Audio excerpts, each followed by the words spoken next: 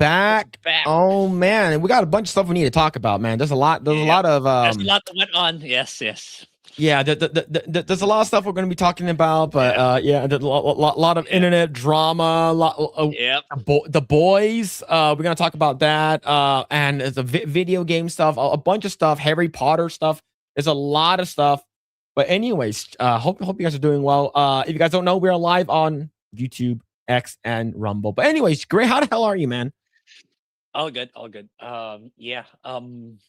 Yeah. So I'm looking forward to some indie games coming up next week. So yes, apparently there's apart from Mouse, apart from that one, there's another one that I'm looking forward to now. It's called Replaced. It's like a 2D pixelated 2D platformer that has I tried the demo yesterday and today. It's really good. It's like the combat is like Batman Arkham, but it's 2D. So it's really fun. So I'll make videos on those too. But yeah, speaking of which, a lot of stuff happened this week. And yeah. Especially in the drama side, which I'm sure everyone in chat knows. So yeah, we'll break that down. We'll express our thoughts on that matter. Yeah. Yeah. There's a lot of stuff that happened, and what's it called again? It's crazy, man. Like, yeah, there's a whole quartering stuff. The Wu Chang Fallen Feathers, that's sort of new. I didn't hear about that one. Because the Kazan stuff too. Yeah. I'm sure like a lot of people's feeds got dominated because of the drama that happened this week. Because but I saw those before that happened. So yeah, it's pretty sad. Like, I think they just had too high of an expectation for them. And we'll talk about it. We'll talk about it in a bit. Yeah. So yeah, a lot of stuff to talk about this. Yep. Anyways, chat. Hope you guys are doing well. If you guys haven't done so, or already done so, welcome to the stream. If you guys are new here, if you guys haven't already done so, would you kindly smash the like button, subscribe to this channel, share this video with friends, and what's it called again? We are trying to. I'm gonna try to reach out. Like I said, I'm trying to reach out to a couple of people to see if they can come on. But I know that a lot of people started doing Saturday shows. So like, if I ask them to come on and they're like, oh, can like I'm busy or whatever, and it's just like it's just I just feel bad when I ask people to come on. Okay, I feel like I'm trying to get hey, can you come on to our show and and stuff like that. Like, I mean, you said it before, right? The worst that can happen is they'll say no. Then life goes on. Yeah. So like it's just like I don't want to bother them. It's just that is basically my thing. I don't like bothering people. But anyways, chat. If you guys don't know, we're also live on Rumble, like I said earlier, and on X. So go if you guys haven't already done so, go and check that out. But yes, we have a bunch of people hanging out. We got Millie, all cock and no balls. What's going on? Hope you're doing well. We got Big Z Video Games hanging out on Rumble. It's Phil's cousins. Like, who are you? Rook, who decided to show up to? What do you mean, who decided to show up today? I was here last week. All right, I did get my audio fixed. Okay, after that, I was able to get my audio fixed over there. It's a new mic, and it's a condenser mic, not a dynamic mic. So I'm going through USB Type C. All right, so I'm not going through like what's it called again, an XLR cable or anything like that. Yeah, I'm not going through that. So well, to be fair, this one is USB-C. This one is not XLR. So it's as you can see. But yours like you have the option of both, right? Like I believe that one. MG7. Yeah. Just that I don't have space anymore in this table for me to put an XLR. That accessory you have to put in for the XLR. But yeah, you need like an audio, like what's it called again? Like an audio device to sort of like lift. So there's a lot of stuff. But yes, I did get a new a giant light over there. So like there is a light that's coming in, I think tomorrow. There's like a big ass light that's coming in tomorrow. So the reason why the camera quality was garbage is because the camera doesn't do that specific camera does not do good in dim light. This one is like the reason why I'm so bright, especially if I'm wearing a white shirt, is because it's just a lamp. It's literally it's not even a ring light. It's just a lamp. Yeah. So, like for this camera, since this was a DSLR, and I have like a pretty good a pretty good what's it called again, like the lens on it, like it can look very, very dark here and you can still see me, right? It's not too much graininess, not too much at least, versus the other one. It was like I had no ring light, nothing. I didn't have anything. So now that I have a giant light, it'll sort of help fill that out. And I do have a light back there, like in the other spot. So hopefully that like basically helps out. So next week I'll be there. So we'll see how that goes. Okay. So I Yeah. said, I did get that. Yeah, audio. you'll polish it up over time with that PC over there. Yeah, and I need the audio treat that room. Is very, very echoey. So like I need to I have a lot of sound dampening foam here that helps with the audio, but over there it doesn't. So I probably need to buy at least a couple panels here and there. But yeah. See what's going on. Hertz Donut, what's going on, dude? Say late in game. We're like 1 minute late. We're like 1 minute late. What's going on, Snapple Rai? You see Mr. Milk Toast, what's going on? Lord Crush, what is happening? You see Graptar's Hammer, what's going on, dude? What's happening? Hope you're doing well. We got Kurin TV. We got Mad Frog hanging out. We got Nagranal. What is going on? Phil now looks like he's one of the cutscenes in Command and Conquer. I don't know if that's a good thing or a bad thing, but I will take that as a compliment. I'll take that as a compliment, Matt. The quartering is the new Jack Murphy. Yeah, we'll talk about that. We'll talk. Yeah, we'll do. He's Yeah. he's pretty fucking awful. Okay, he's Yeah. pretty fucking bad. Yeah. Lots of nice because like I need to catch you up, right? Because like I'm up to date because like I've been vocal about being. Uh-oh. Grae's audio is cutting out again. Grae's I think we lost him. I think he lost him. I think his UI teeth porn generator is not working correctly, so he might have to reset his settings, man. He might need to reset. Is that rip? It's done. It's over. It is over. Yeah, it's yep. Hey, there it is, man. There it is. Not looking so good for Grae right now. His internet's probably gonna cut out anytime soon. So yeah, it is what it. Yeah, his internet. I told you, like we've been trying. There's another Grae. There's 2 Graes now. What's going on? The other one's the first IP. Yeah. My main IP is fucking up so hard when it comes to stability. I don't know why, but anyway, I'm using the secondary one this time. All right, cool. But yeah, what's it called again?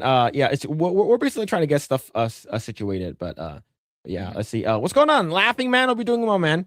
Hope you're doing well, dude. It's a good thing that if he does a cutscene as Tanya. You mean the ugly Tanya from Mortal Kombat 1? We don't like that. No, I think he's pertaining to Tanya from Red Alert. Oh, that okay. I haven't seen it. Red Alert or Command and Conquer. See, it's Cinevere's birthday today, so I'm gonna come back before. Oh no worries. Just go hang out with Cinevere and wish her a happy birthday. All right, no worries. Yeah, but we are gonna try to get Cine over here, probably sometimes in the future. She did mention that it's gonna be early May, so I will keep you guys updated in terms of what's gonna happen and when is she gonna be coming on. But yeah, the quarter pounder with cheese got him. That's what I heard. Yeah. Rip rough internet power. Yeah, man. Go on, Desert Fox. But what's going on, John Wayne? Hope you're doing well, man. Hope you're doing well. But anyways, we got Sunflower Mad. What's going on? Hope you're doing well. But yeah, we got a couple things we're gonna talk about. But do you want to just like start talking about the quartering, or you want to like sort of like wait for that for a little bit? Do you want to start with that first, or we'll wait for that? We'll wait for that just for a little bit. I think we can wait for more people to come in because, like, I'm sure a lot of people want to ask us about that. And yeah. All right. So I think I got disconnected the part where I was gonna say, I need to catch up with a lot of things because, like, I was gonna say I've been a fan of Kino Casino for the longest time already, ever since I found them through Griffin Gaming. So I know pretty much the entire arc where they were kind of shitting on. Yeah. So I know all of it. So I'll catch you up on what started. All right. Cool. All right. You know what? We're gonna talk about a couple of small things over here. Right. We're gonna talk. We're gonna talk about this right here. I think. What's this here? Let's go and bring this up. But anyways, let's go and talk about this right over here. So, the Deadline walks back DC story after James Gunn calls their reporting bullshit. So, Grae, I don't know what the fuck is happening with James Gunn, stuff like that. I don't really care too much, bro. Do you know what's happening here? I read this a little bit. I think this one has kind of merit because, like, it's kind of throwing shade at the quality reporting of journalists nowadays. So it's like I think they got some casting wrong. Like there's particular personalities that played a that Deadline was claiming tried to audition for a particular character in Supergirl, or at least somewhere in the James Gunn DCU. Then Yeah. when James Gunn read it, he said, "No, this is bullshit reporting. You're just making shit up and stuff like that." Mhm. So pretty rare for someone in Hollywood to call out, a mainstream media outlet like that, Yeah. considering how biased they are towards Hollywood, right? Yeah. So yeah, that's why I thought picking up this story. So it's kind of our enemies eating each other situation. So overall, it's a good thing.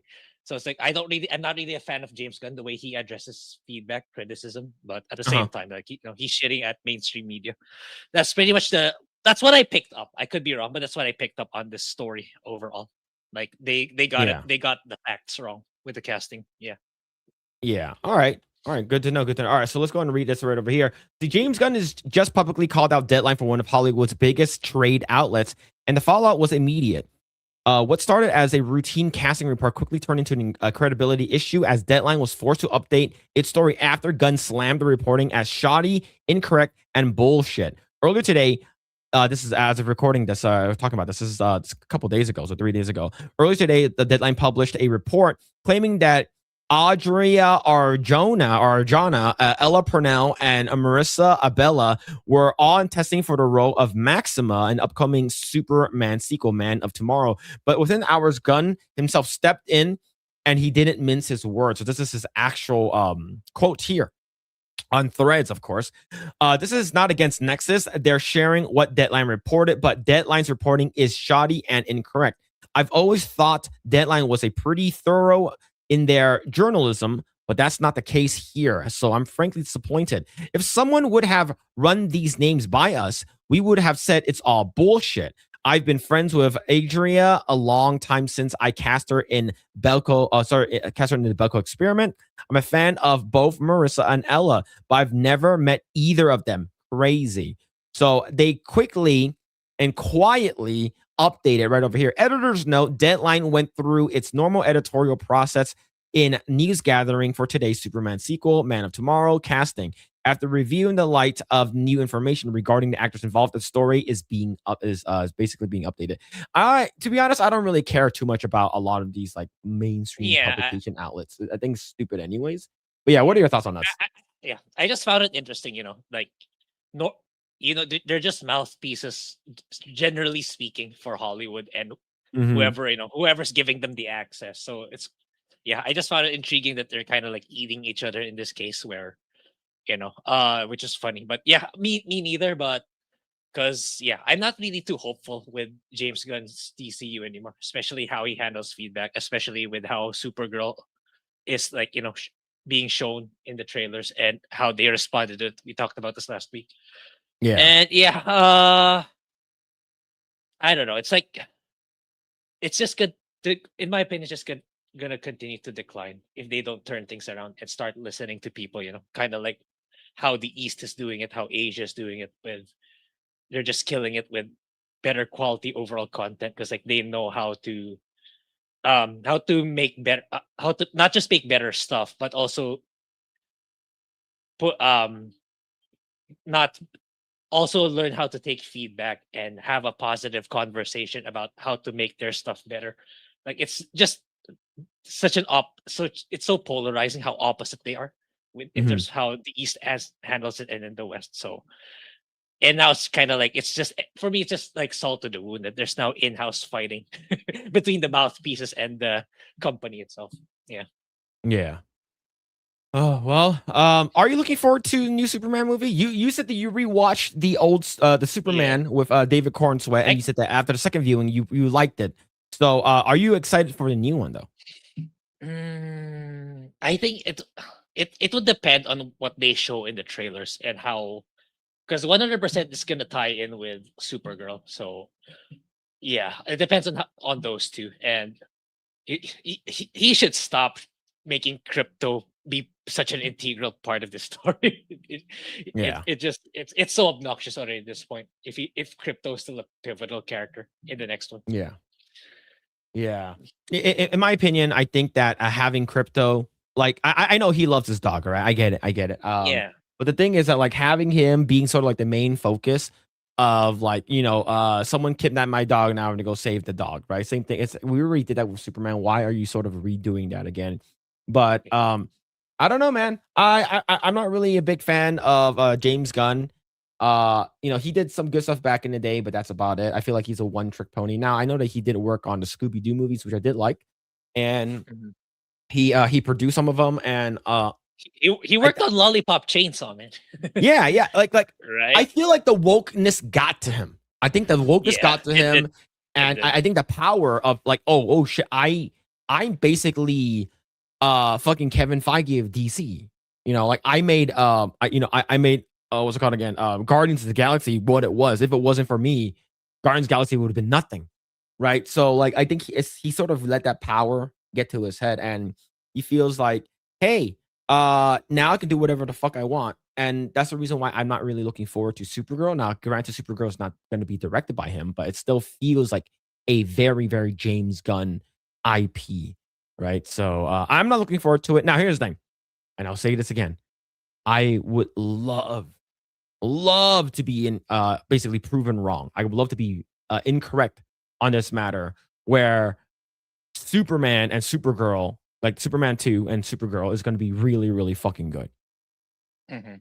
But Yeah, typically, when a person's made up their I mind, think it's hard for them to you know. change their mind. Yeah, it's like we want to be wrong, but all signs indicate that it's gonna be kind of mediocre or okay at best. So Mhm. I like I've been chatting about this with other people, like with I don't know if Thomas Blackfire is here, but like I've been chatting like I'm so tuned out with movies and TV shows because like it's the same talking points, it's the same issues, and they never seem to change.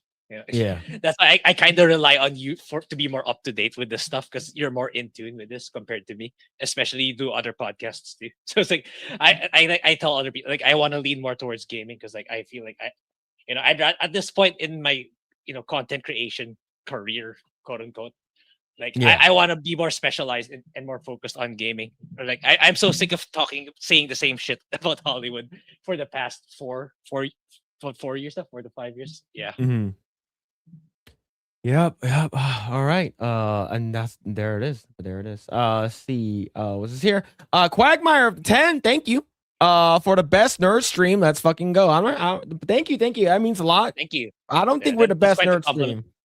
Yeah, I for me, I don't take compliments well, but I don't think we are the best. In matter of fact, I think we're far from it. But I do appreciate the kind words. Thank you. Thank you for the 10. I appreciate it. Let's see. What's going on? Suka Madik. Hope you're doing well. Hope we're doing well. James Gunn is living long enough to become the villain. Should have quit after Guardians. I think he should have, in my opinion. But like he made what's that? That fucking I, hmm. I think that was the height of the glaze though. Like he was getting yeah. a shitload of compliments. So yeah, I think that was the part where it got over his head and he started to change at that point on. Yeah. Yeah. Let's see. James Gunn is an expert at bullshit, so he would know that. Hey, that's true. That's very true. He's undoubtedly a one-trick pony. I agree. It was like, hey, yo, was Fuda Phil sup Grae? What about Teeth Grae? Like what's going? Why you got to go after me? But anyways, what's going on, Superb Legend? Hope we're doing well. Big phrase. What's going on?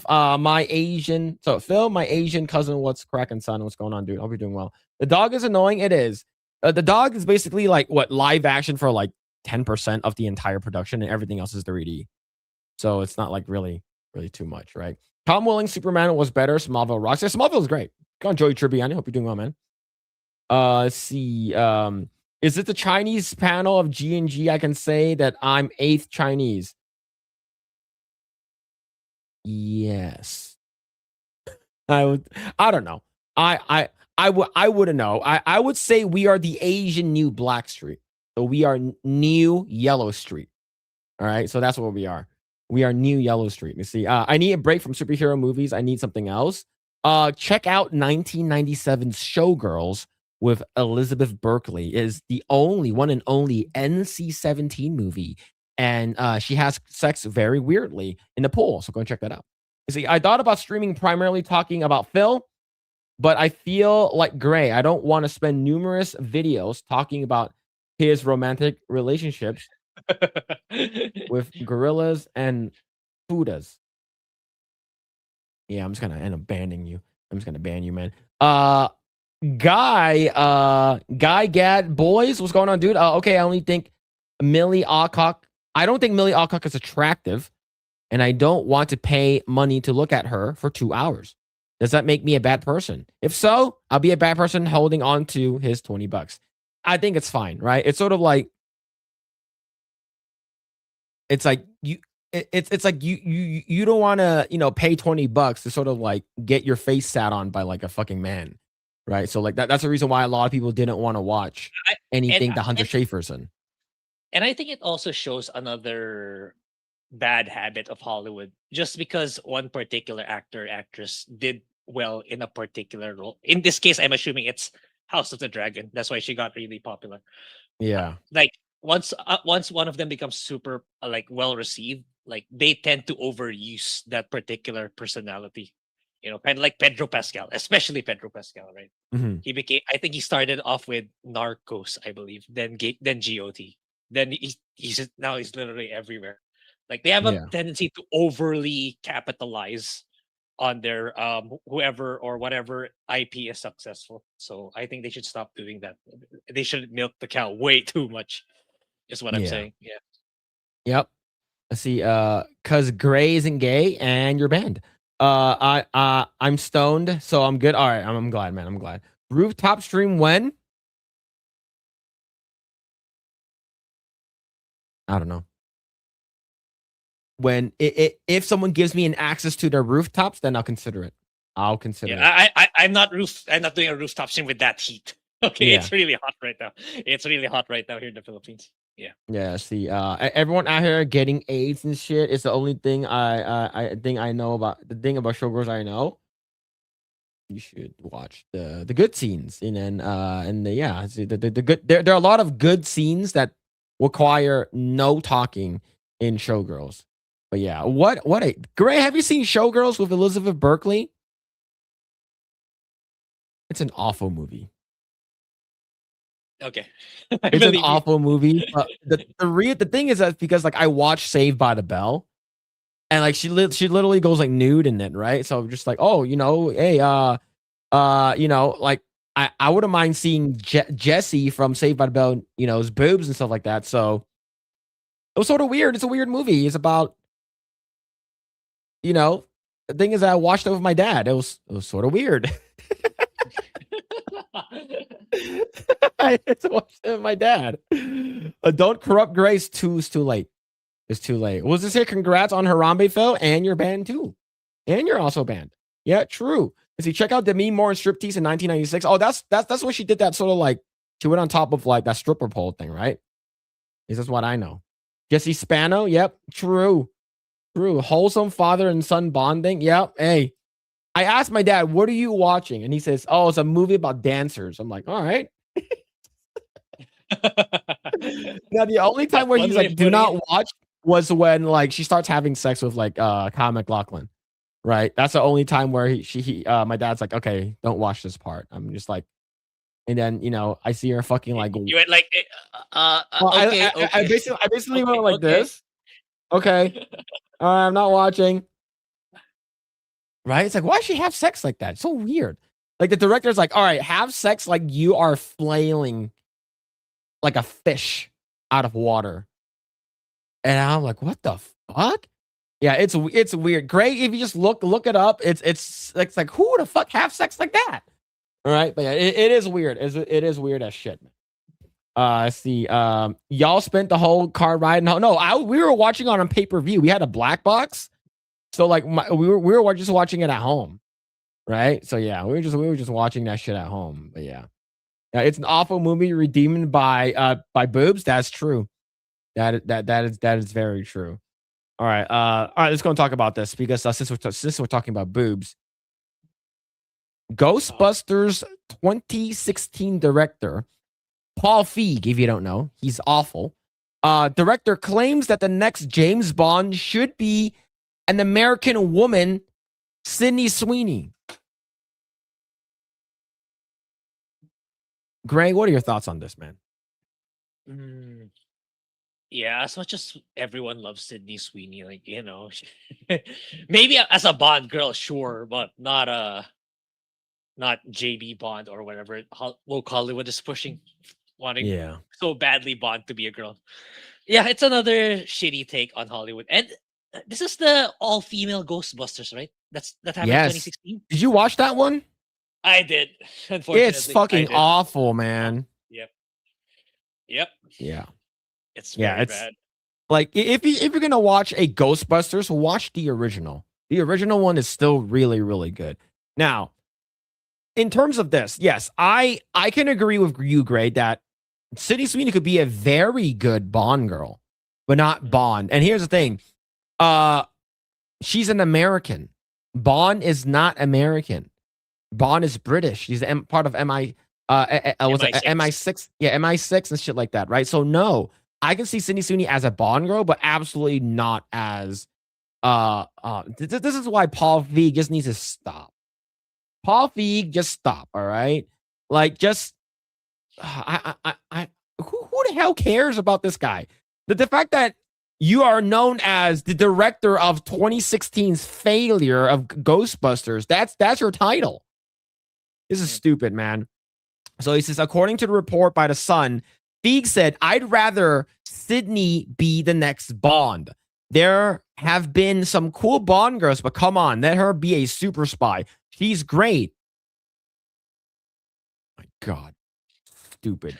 That's certainly one opinion, but also runs headfirst into what James Bond has always been, a British male character whose cinematic identity is deeply tied to the UK. Bond is not sort of blank slate action role that can be endlessly reskinned to fit whatever modern Hollywood trend is floating around that week. He is one of the most recognizable characters in film history. That identity is a big reason the franchise endured for generations. And the thing is with James Bond, what's it called again? Pierce Brosnan is my first James Bond. My dad's a big fan of James Bond. He had the old stuff on VHS for from John Connery and a couple of other ones like the one that like only played James Bond once. I remember.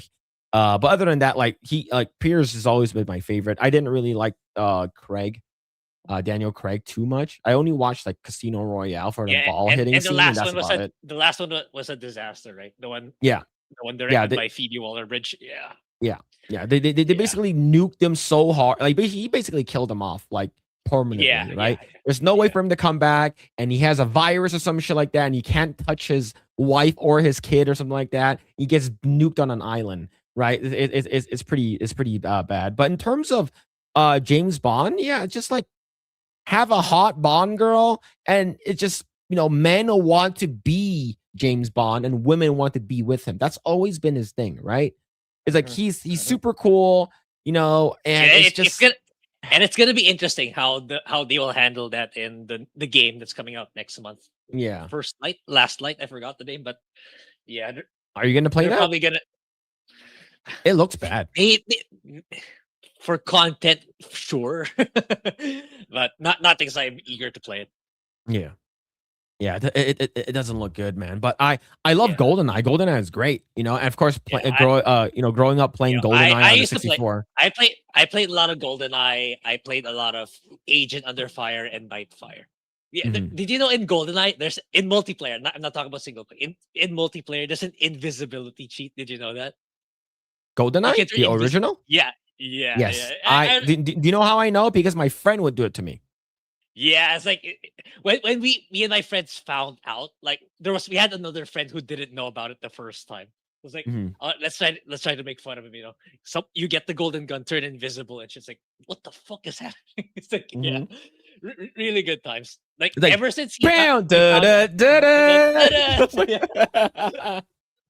Man, yeah, it was so good, man. Like I yeah, love the GoldenEye games. Like yeah. I always use Bond or I use fucking who's that guy with the hat? The Asian guy with the hat. Ormov, Ormov. Yeah, the Yeah, fucking and my friend will always use Jaws, and he knows all of the cheat codes and shit like that. So what he would do is he would turn on the odd job, right? Yeah, like he would turn oh, yeah, on odd job. invincibility mode, and he would like spawn right in front of me because Jaws is fucking tall, right? So like he's tall, you're looking up. He'll spawn in front of me, and I keep shooting him, and he just goes back invisible and just walks away. I'm like, what the fuck, bro? But yeah, it's wild, man. And it's like it's to the point where you can memorize the spawn points too, because like so it's like there are times where like I put my cursor exactly at the spawn point with the golden gun. So when my friend press respawn, I shoot him right away. So yeah, those were really fun times back in the day. Yeah. Oh man, I remember didn't they try remaking like GoldenEye, and it was like a failure, like absolute failure. Yeah, I recall they did in the was it in the PS3 generation or was it the PS2? I can't remember. They tried, but it wasn't. As far as I know, it wasn't good at all. But now at least you can play it again on the Switch, and it reminds me of DSP. You know, didn't he? He died to the. Oh, we got to bring it up. We got to bring it up. Hold on. He died in the. Okay. We GoldenEye. We got to bring it up, bro. Right over here. Oh, we got to bring this up right here. Oh my god, this is so funny. So this is him playing the first level. Okay, this is him. This is the first stage. Okay, let's watch DSP. It's the first enemy, right? If I'm not mistaken. Yeah, the first enemy as well. Okay, like, oh my god, bro. Here we are. Oh my. The music is so good too. Yeah, it is. Oh, fuck! How do you play this? This is insane. What the fuck?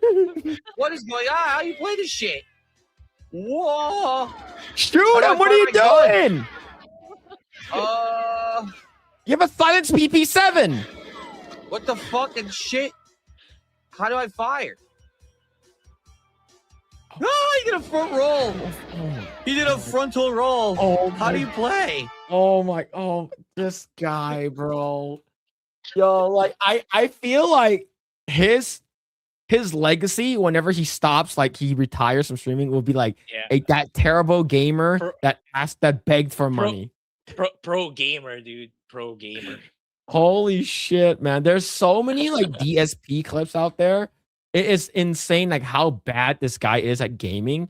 And like there's some times where he will say some shit where I'm like, okay, yeah, I get it, right? But most of the time he's just bad. Like he's not a good gamer. But yeah, man. I've seen some of his old clips surfacing. You know, once upon a time he actually exerted effort to actually be a good, YouTuber. But I don't know what happened along the way where he decided no, e-begging is just easier and pays the bills anyway. Yeah. It's kind of sad. Yeah, man. It's like it's just like he's not a good gamer, but I just feel like he's like people are calling him like a lol cow. Like people just make fun of him because it's funny to make fun of him. But it's just crazy, man. Died in the first enemy. That is cool. See, you see his chat. It's like this is so much worse than the Snow White movie. What the fuck is going on? Help, chat. Ridiculously hard to play. Speedrunners finishes game in 40 finishes stages in 40 seconds. What's the shoot button? Oh my god, man, this guy's awful. It's funny though. You can't. It's like watching a car accident. Like you can't help, but you have to look at it. It's so bad. Yeah, how do you die from the first enemy? Those are all Jeremy account. Yeah, I did Jeremy. It's just Geeks and Gamers Jeremy making fun of him. Yeah, man, it's so funny. It's just there's so many like DSP fails, man. Yeah, how do you die from the first enemy? Yeah, D-Day Cobra is not a good gamer. That's what I heard, man. Did you guys see the recent post where DSP was playing Galaxy and jumps off? We gotta see this. Here we go.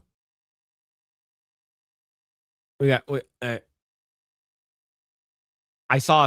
Which scene was it? I remember. I did see DSP Mario Galaxy. Grae, do you know what he's talking about? There's so many, so I might, and I'm already because DSP is also one of the prominent figures. Kino Casino was kind of. That's one of their bigger content too. So there's a lot that he says and does that I am kind of well aware of. So, but I know DSP has a long list too. So you're gonna have to Yeah. remind me of that. Okay. Can what's it called again? A snap or right? Can you send me that? Can you like link it to me or Yeah, something? I saw it already, but I want Grae to look at it. It's so fucking funny, bro. It's so He was shitting it's- on the Super Mario movie though, but it's stupid. It's a stupid take. So it's stupid take. So yeah.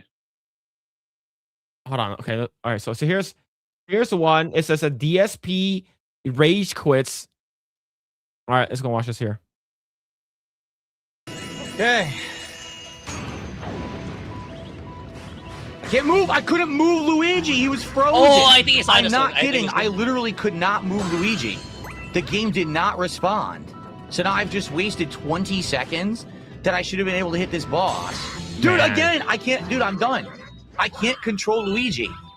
I literally can't control it. I'm doing it and it doesn't respond. He just stands there like a slug moving like this instead of moving. So now I'm done. I cannot take a hit. There's no way I can beat it.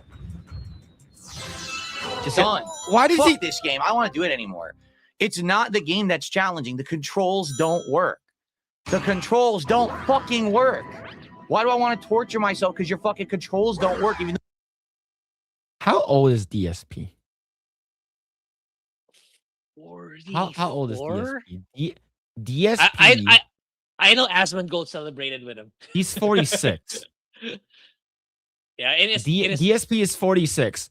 So a 40. This clip is from last year. A 45-year-old failing at a game made for 6-year-olds. Yeah, I know he recently celebrated his birthday with he invited Asmongold to his birthday. The Asmongold show. Was this during Asmongold's ban? I think it happened before. It happened before. Happened before. Okay. Did he go? I don't remember. I think he did. I think he did. Because like DSP, he makes a shit ton of money whenever Asmongold interacts with him. So, but Asmongold decided to go, even though like he's kind of like begging Asmongold so they can make money. But anyway, yeah. Yeah. I need to look for that clip, man. That clip was so. I need to find that clip where. I found it. I think I found it.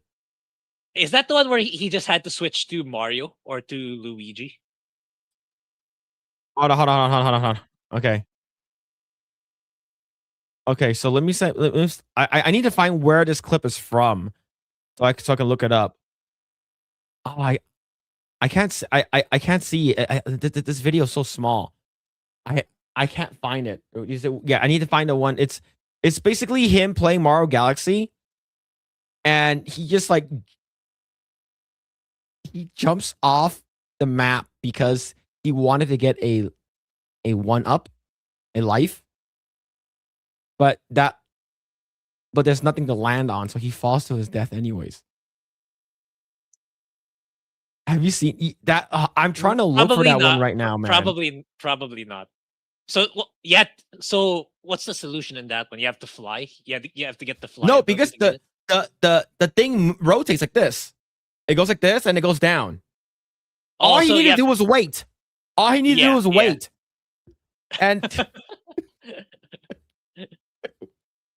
it's so retarded, man.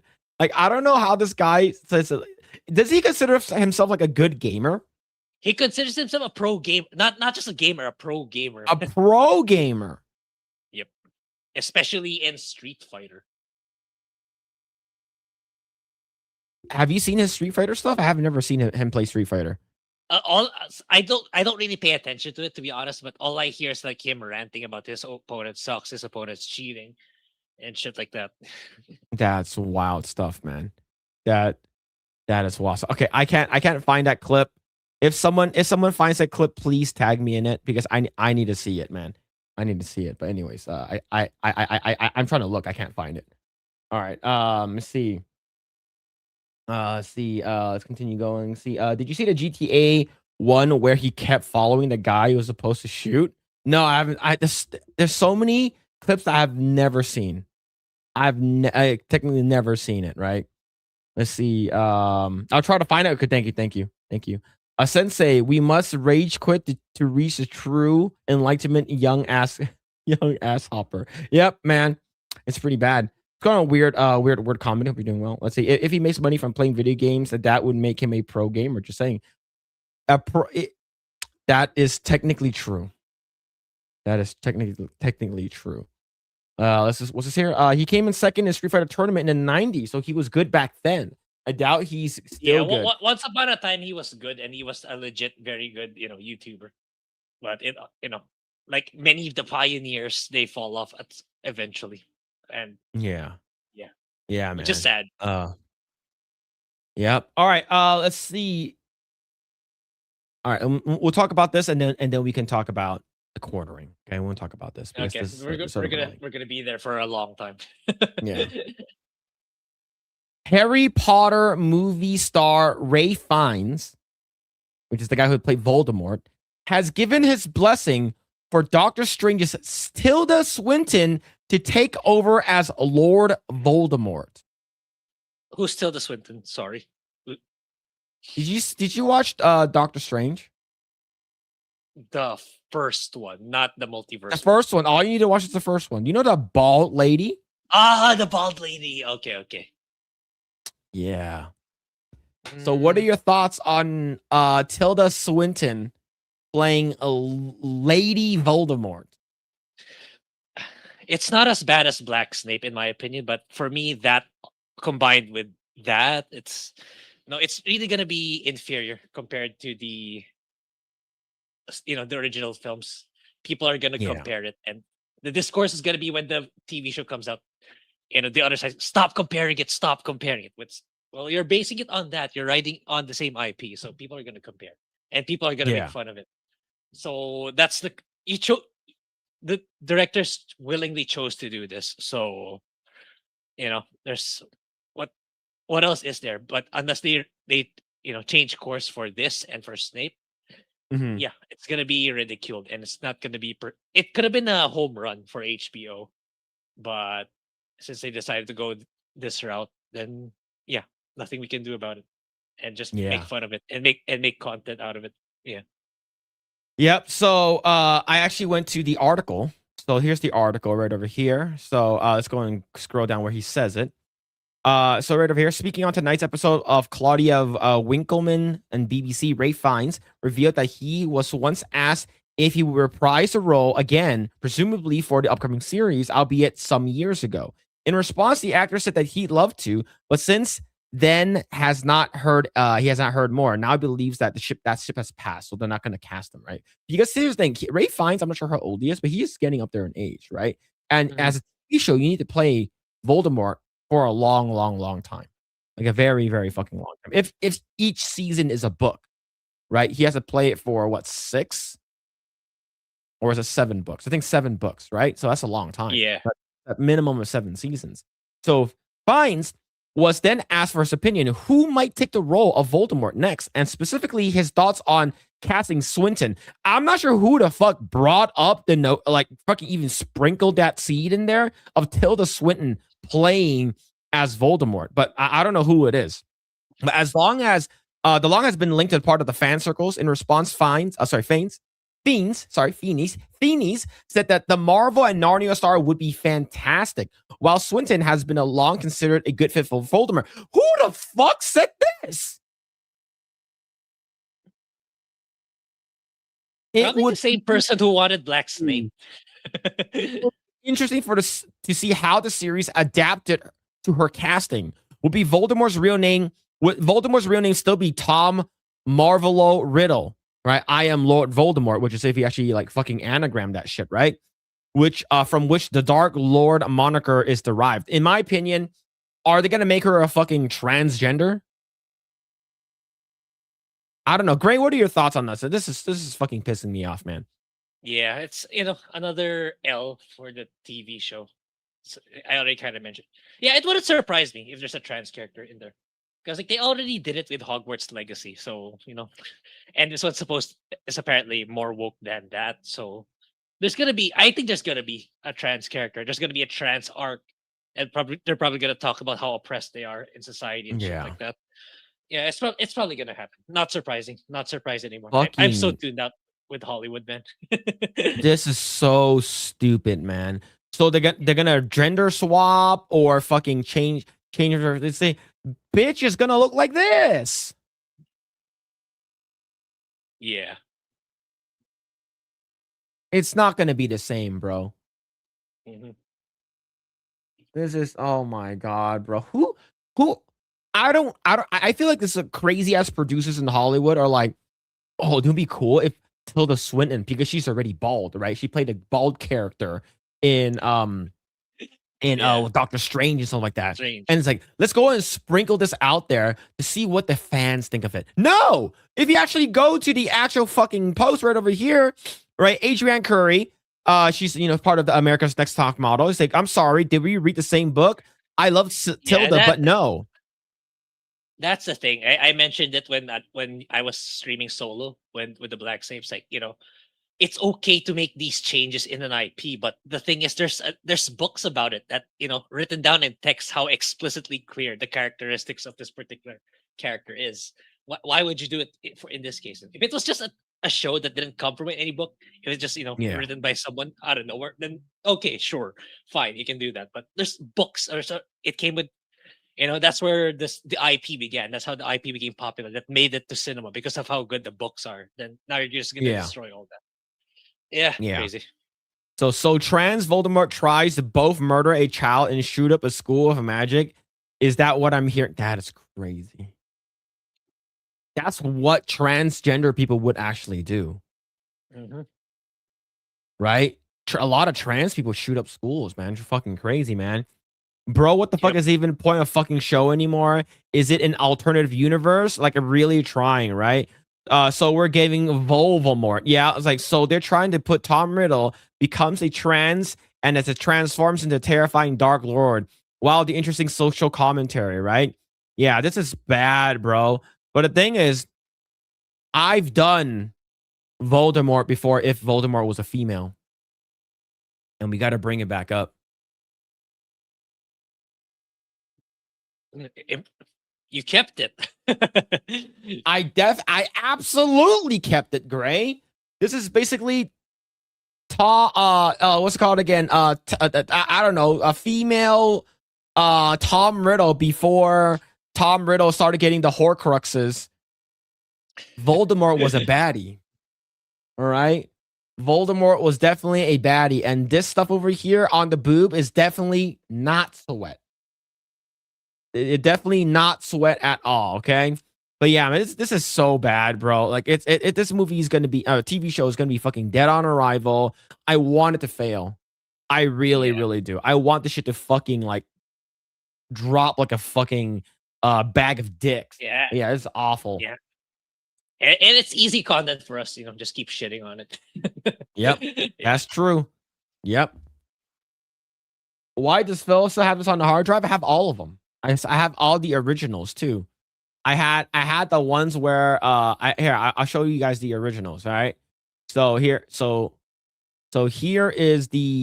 that one, right? And then we have this one. This was the first version of it. This was the second version.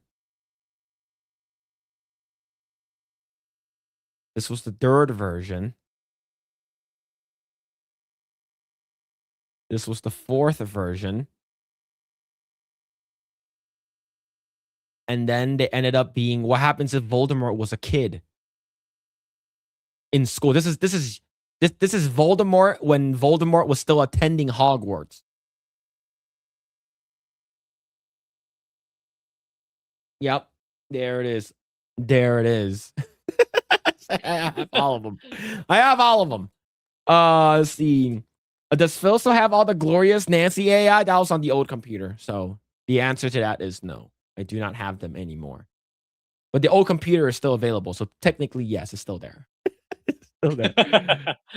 Are they all gifts? Why are they all gifts? Why not? When a kid, it's that kind of stream as this.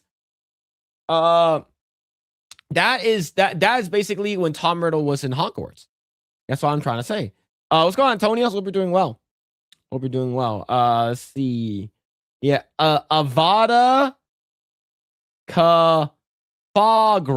The gay spell that strikes us again. Yeah, true. definitely would. Hey, I would too. I 100% would. All right. Let's go ahead and talk about the quartering. Okay. All right. So I'll go ahead and bring I'll bring some stuff up and then so we have some visuals. But I do want to bring up the quartering. So the quartering. So he's basically like the talk of the internet as of right now, okay? The quartering is a talk of the internet, and this is let's go on and talk about him, okay? So Grae, what's been going on with the quartering, the whole Kino Casino situation, and what's going on, and what do you know about it? Yeah. So yeah, Thomas Blackfire. I talked about it with him. It's like, dude, I don't know how I'm gonna tell Phil to please remove our affiliation with Coffee. Oh yeah, Brand Coffee. if you guys don't know, we are an affiliate for Coffee Brand Coffee, and it has since been removed from the descriptions, and as of today, effective immediately, we're no longer affiliates of Coffee Brand Coffee. But go ahead, Grae. Good to know. Yeah, so I've been a Kino Casino fan for the longest time. So it's like, yeah, I've known quartering because like even before Kino Casino, but back then I wasn't. I used to watch some of his videos, like even though I know it's just like him reading the news. It's like to as like a second monitor content, which is fine. Like his content was fine. I respect the daily grind videos where you just release 5 videos where you just read an article, because as much as it's slop content, people like slop, and if it pays the bills, then I can respect that. But it started when this thing started, when his metrics started falling off, because like he stopped doing woke content and he started leaning more towards politics, and then his overall viewership started to go down. And apart from that, we started seeing people emerge that are doing better. Like, before it was just him. He was one of the pioneers on YouTube. But then there's people like Gary showed up, Drinker showed up, who did these topics much better with their videos, right? Better writing, better editing, and so on and so forth. And then, then his metrics was falling apart, and everyone knows that this guy is very, very rich. He's extremely wealthy, right? He has, his Rolexes, his RC racetracks, his mansion, his aquarium, blah, blah, blah. But then that's fine, in my opinion. It's okay for you to enjoy your life and your wealth blessings, but then don't go begging your audience for money, please. Like, pretending that you're poor, that you're falling apart and shit like that. That's when Kino Casino started kind of shitting on him. That's where everything began. Like the arc began. But fast forward, what actually began his crusade to take down their channel was when they started covering his cuck Jewish friend. Okay, his cuck Jewish friend named. This is public information. Okay, before someone says I'm doxing.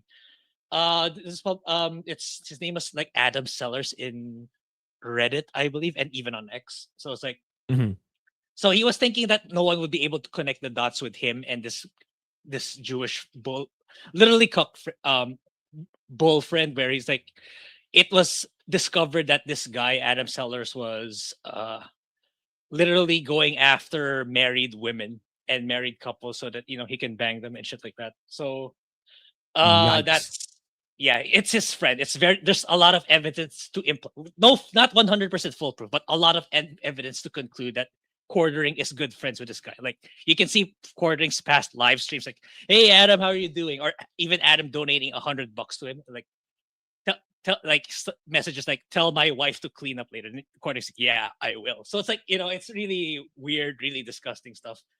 And when Kino Casino brought that to light and started covering in this channel, so that's when quartering went, guns blazing. "Oh, I'm gonna shut down your channel. I'm gonna ban your channel."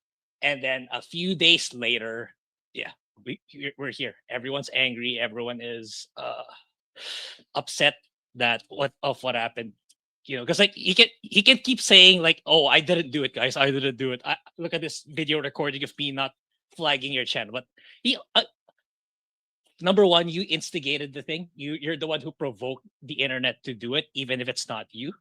And you also already admitted that you have multiple cuck accounts. So you can always use another account to flag their channel. That's not necessarily the quartering channel.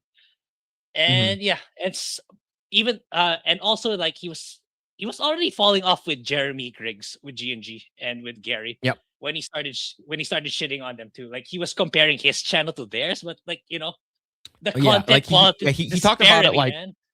he talked about it. It's like, what's it called again? Nobody cares about like woke stuff anymore. No one cares about entertainment media anymore. Like he's basically sort of like talking, like sort of like like taking jabs at Jeremy from G&G.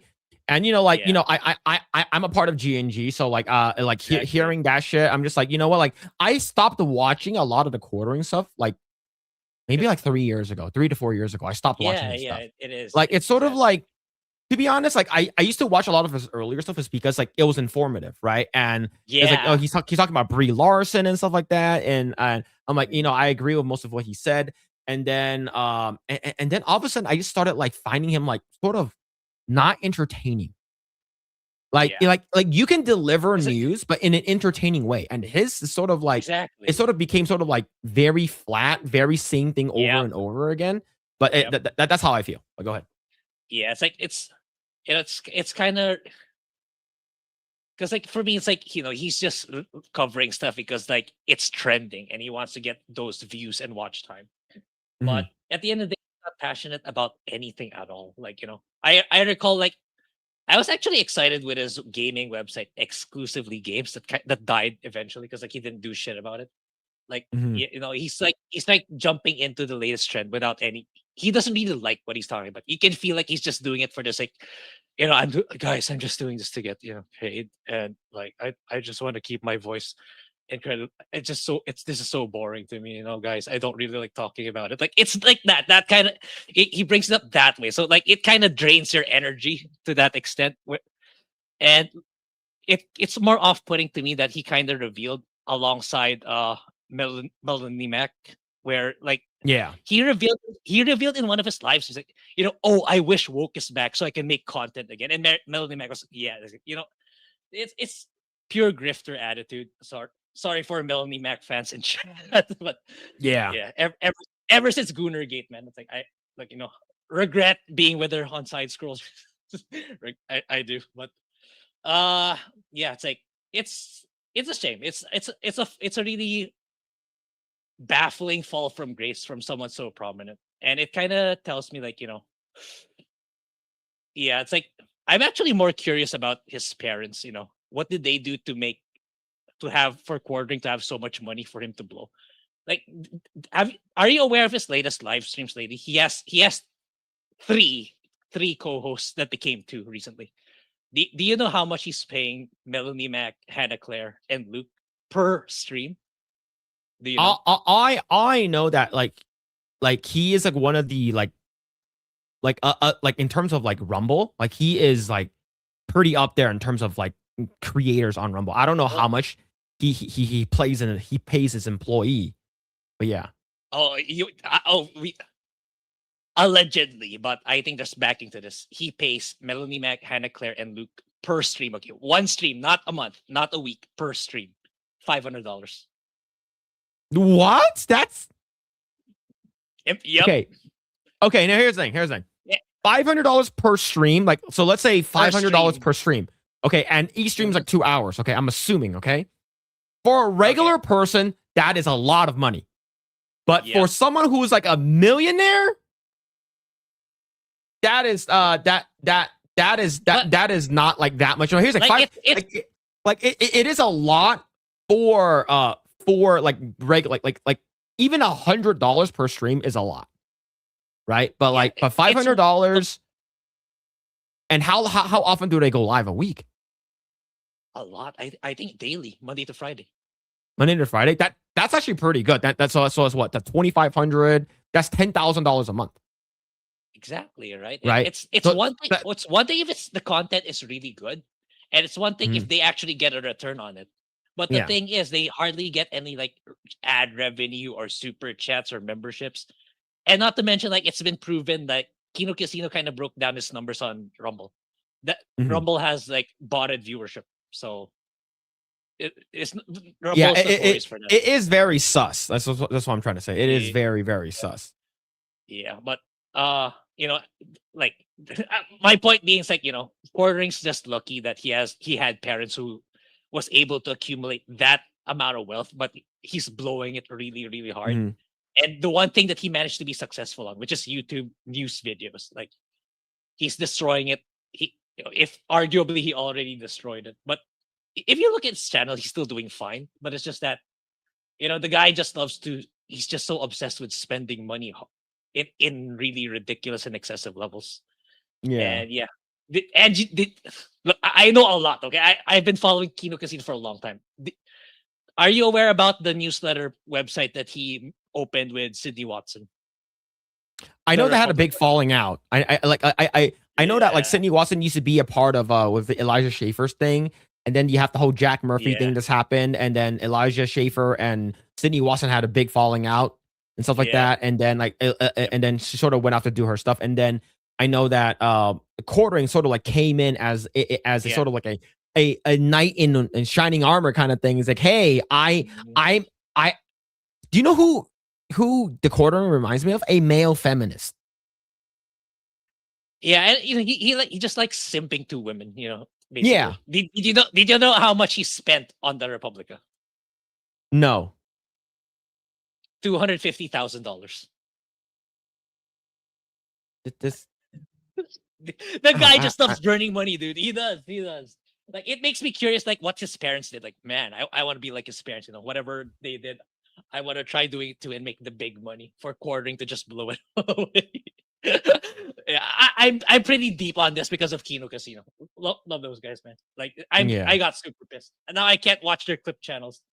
I gotta go to Kick to watch their stuff now until their channel's back online. But yeah, Yeah. overall, like really L move. It's like it's pretty sad. Like I remember so- we had one of our guests on who's like Quartering helped them out Yeah, a lot Brian. with his sponsorships. Yeah. Brian, right? Like From it's the like, it's pretty podcast. And sad he's how- friends with the Quartering. He's friends with him.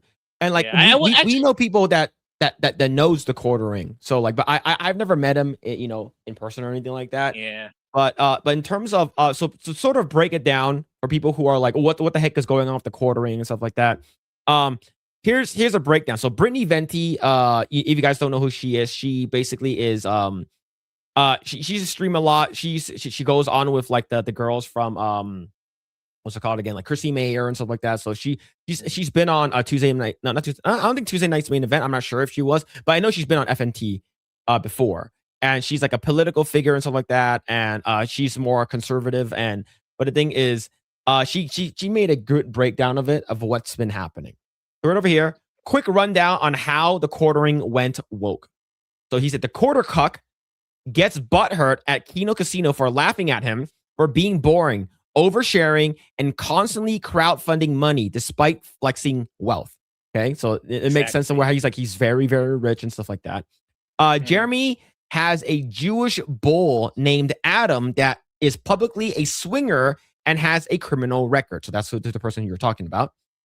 Jeremy openly lusts after many women, including me, saying that he wants to have my babies. His wife, he and his wife has no children. They have like a dog, right? Kino Casino points out the hypocrisy since he's Schrodinger's conservative and is also a Christian. Jeremy from the Quartering said that he wanted Kino Casino to lose it all for this and flexes his connections to get them banned. Right. And I saw that thing is like, hey, and he basically flexed like, I warned you. I tried to warn you. I know a lot of people. I know people in high places and stuff like that. Right. And yeah, so the thing is that I never had any issues with him, but like seeing all this stuff goes down, like his downfall has to be like freaking I've been studied. like, the reason why I kept my silence for the longest time is because I all the while I thought you were kind of you had some sort of close connection to him. So I didn't want to shit on him because I know you're kind. I thought all the while you were kind of his friend. So it's like this is no, close friend. I don't I've wanna put never Phil in met an him. awkward position. I don't want to put Phil in an awkward position, but I've been following the story for a long time. It's like, it's like I thought his videos were okay. Okay, I never thought, oh man, Quartering's videos are amazing. No, it gets the job done. Okay, but I stopped watching it at some point too, because like again, there were better YouTubers who did it better when it comes to this. It comes to this space, but Yeah, then I started following Kino Casino. It's like, man, why are they shitting on quartering sword? Then they started going through it one by one. It's like, oh my god, man. It's like, was he always like this? Like, yeah. It's really sad. A lot of pioneers in YouTube are falling off. I think it boils down to they thought it would last forever, and they didn't adapt. They didn't get better with their videos, and they just resorted to just fall, to not improve, and just keep going downhill, which is sad. Yeah. So yeah, it's pretty damn bad. And so let's continue going down this thing over here. Let's see. His wife uses his wife as a shield, claiming that she's not an internet person, despite featuring her heavily on his channel and mentions her on stream constantly. Blames Kino Casino for her alleged harassment. The quartering former free speech advocate refused to apologize to Kino Casino for encouraging while encouraging deplatforming them. He doubles down. Now he encourages them getting the platform. Their YouTube has been terminated. Yeah, so basically the whole thing happened. And if you actually go over here and you look at it over here, it's like, this is what he said. If I actually wanted to get them banned from YouTube, it would be very easy. Ashton Joe Parks, the People's Populist Press PPP, has been banned multiple times on YouTube, and it would be as simple as reporting the channel for ban evasion, which of course I haven't done. I haven't done and provided it, right? And oh, bro, what the? And I thought Asmongold's hairline was bad. What the? That is right. Everything is fair game. That's what he said, right? See, and he's followed with this. First, it will be your YouTube, which is in violation of ban evasion. That's an easy takedown. And next, it will be your kick. I literally begged you to be reasonable. I tried everything. You chose this. All I wanted was to let you guys dunk on me. No, yeah, so he basically got butthurt. And yeah, so it's pretty wild that he's. I'm not sure if it's here, but there's like, he legit tried to reach out to the CEO of Kick, man. Like, yo, shut down the channel of PPP, shut down Kino Casino. It's crazy, and like there's a lot of chat logs with Josh Moon with regards to him being the mediator between him and Kino Casino. But he was drunk texting at the time. So the moment he got sober, he backpedaled because he probably knew he was just gonna get destroyed because if a financial audit were to take place, he can't grift anymore. He can't pretend that he's poor. Or if he's poor, then he's gotta change his ways. He's gotta stop spending money on stupid shit and just make better YouTube videos. Because at the end of the day, that's all he had to do. All he had to do was stop spending money on stupid stuff and make his YouTube videos a little better. Not even a giant leap forward. It doesn't even have to be like the level of Gary or Critical Drinker. Just significantly better. He would be making a lot of money in his quartering channel. But yeah, for some reason they don't want to do that. Like, just a little bit more effort since you're doing it full time anyway. It's not like you and me, right? We're doing this, we're working full time. So we're doing just doing this on the side. Yeah, it's crazy. It is. It really is. So what happened is that there's a sort of like unspoken rule that we have on here on YouTube, right? And in general as content creators.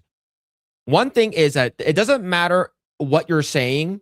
Especially if you're talking shit or something like that, you have the right to say, I'm going to fight for your right to say whatever you want to say, right? That doesn't mean that, hey, I won't make a counterpoint video to counter your statements, right? That's always been the unspoken rule on YouTube since the fucking beginning of time. Now, there's this thing called false flagging, and that's what the quartering has done, right? Yep. He's gone through and said that, hey, I know people in high places, stop talking shit about me. It's because, people are actually, making fun of me and shit like that, right? And he's basically calling it like harassment or whatever it is. False flagged it, reached auto to a person that was able to get Kino Casino's clip channel basically terminated from the YouTube. So it's no longer there. And that's like a no thing. Like, we do not ever do that kind of shit. Right. And exactly. He did. He crossed that line. So more importantly, here's another thing, right? And of course, like, the quartering and Jeremy, D-Day Cobra typically goes at it for multiple times, right? So he says right over here, right? This is from Nagranol. So shout out to Nagranol right over here. So this Jeremy said, it doesn't matter when you have 2 million subscribers and a massive contract with another platform, and you've always bragging about how much money you make. You cannot, under any circumstances, basically say flag other people, right? For this kind of bullshit, right? And he says, So the real reason Jeremy here is mad is because of money. This guy uncritically reposted some of the vile shit about me, openly supports those harassing me, and now is in my mentions concerning concern trolling like I don't see him for the snake he is. I see you, kid. Get fucked. And the thing is, like, he has this sort of like this moral grandstanding where he's like a fucking god, untouchable. Yeah, right. I can do whatever I want. I have the power and shit like that. Right. It sort of feels, but you can't weird. Yeah, but you can't do it to me. So it's everybody else's fair game, but not to him. At the same time, it's like this is how he argues online or on stream. Like he deflects it to the most, like the way he counters, like it's irrelevant, or oh, you shouldn't be taking me so seriously and shit like that. Like Keemstar kind of called him out back in the day, a couple of years ago, and like he's right. Like nothing gets him into fight mode. Like he's always deflecting, always being so evasive and bringing out points that's not necessarily relevant to to the main argument, stuff like that. So it's like people like that, in my opinion, it's like you can't change anymore. There's no helping those kinds of people. Yeah. That's he's basically playing victim. He's like, oh, I'm being harassed and stuff like that. So I'm doing this as a counter thing. Right. And then this person said, I get that. To be fair, he did apologize for the threat, and they were going after his wife with disgusting bullshit. Any of us could have seen red and did something stupid, but they claimed that he literally got their account taken down and given zero evidence of that action. So Jeremy says it doesn't matter when you have 2 million subscribers. So basically, he's talked about that, right? And basically, the quartering responded, basically quote tweeted this. Like, gosh, it's so easy exposing these people. Jeremy is in my mentions riding the hate wave.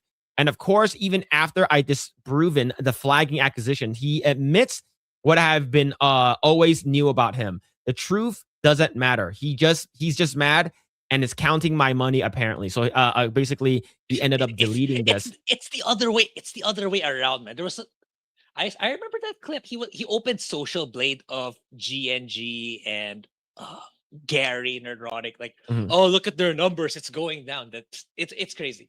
And the only GNG never would have caught wind of it if it weren't for Kino Casino. It was Kino Casino's videos that, probably a lot of people were saying, hey, Jeremy, like quartering's shitting on you, and Gary. It's like that's how Jeremy caught wind of it and started refuting him. Like, it's like, why would you do that to your friends, man? It's like it's the equivalent of me opening your channel. Hey guys, look, Phil's channel is dying, which is in fact quite the opposite. It's the same thing here. It's the same thing. Yeah. So this is what he posted, right? He goes, this is what he posted right over here, and he said that he basically said that I won, right? Basically, he posted, I had a delicious steak dinner and maybe the most epic card for Mr. Quartering yet. Mrs. Quartering, right? Birthday weekend kicking off just right, and of course, Melanie Mac, basically agrees with this kind of stuff, right? Now, here's the thing: Melanie Mac and the Quartering. It's employee and employer. So if you think about it that way, it's sort of weird, right? But so if you don't know, the Quartering basically posted this, and he posted this right over here. If you're looking for a platform that will support free speech, there's no better place than Rumble. I've never had an issue on this platform in 4 years. I'm so thankful to support free speech. Yeah, and the crazy thing is that he doesn't support free speech because he basically, tried to go. They went after a Kino Casino, right? And I said, you can still delete this. That's all I wrote. This is my first and ever interaction with the Quartering.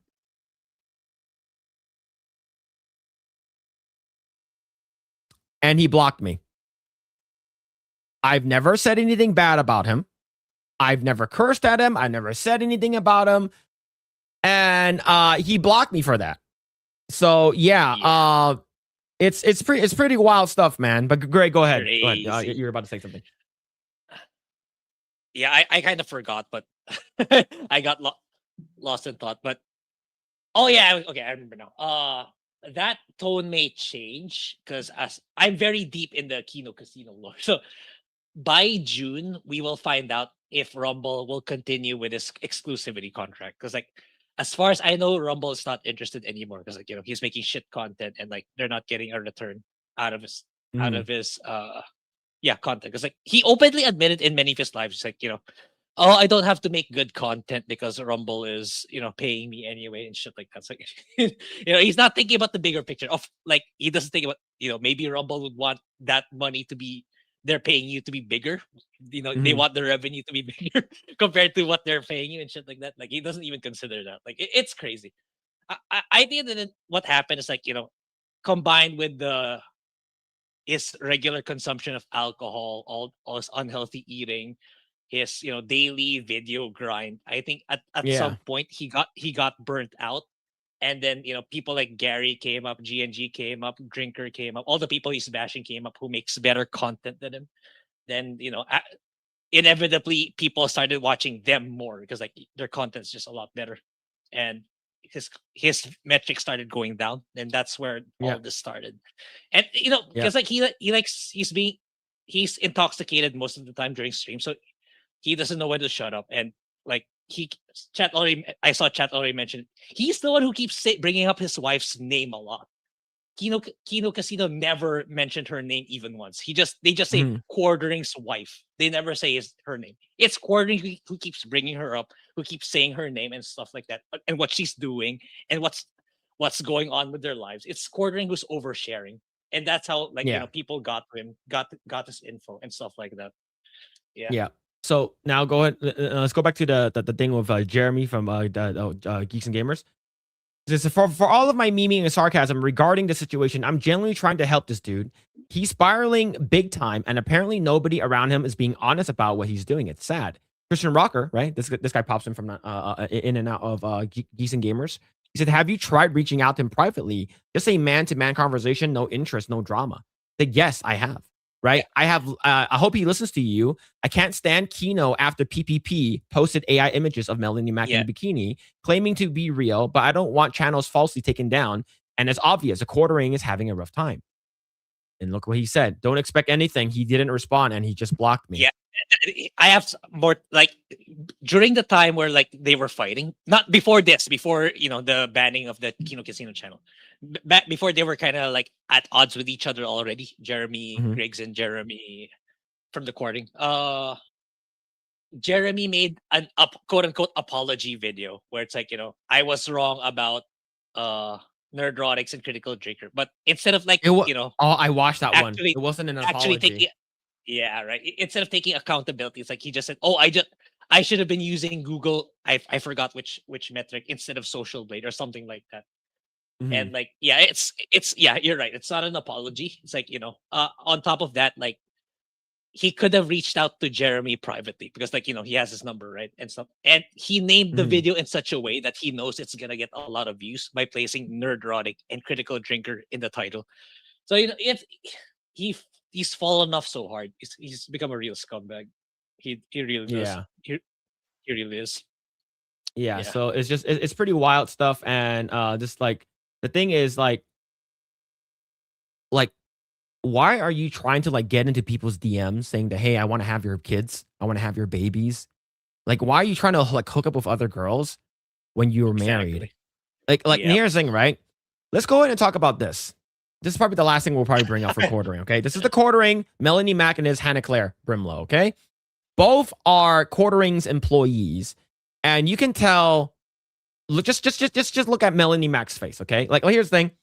I like Melanie Mac is just like she's married and stuff like that. Congratulations to her and stuff like that. But the thing is, it's just sometimes you get like I know he's your boss, but you can still call them out on their bullshit if you're their friends. Okay.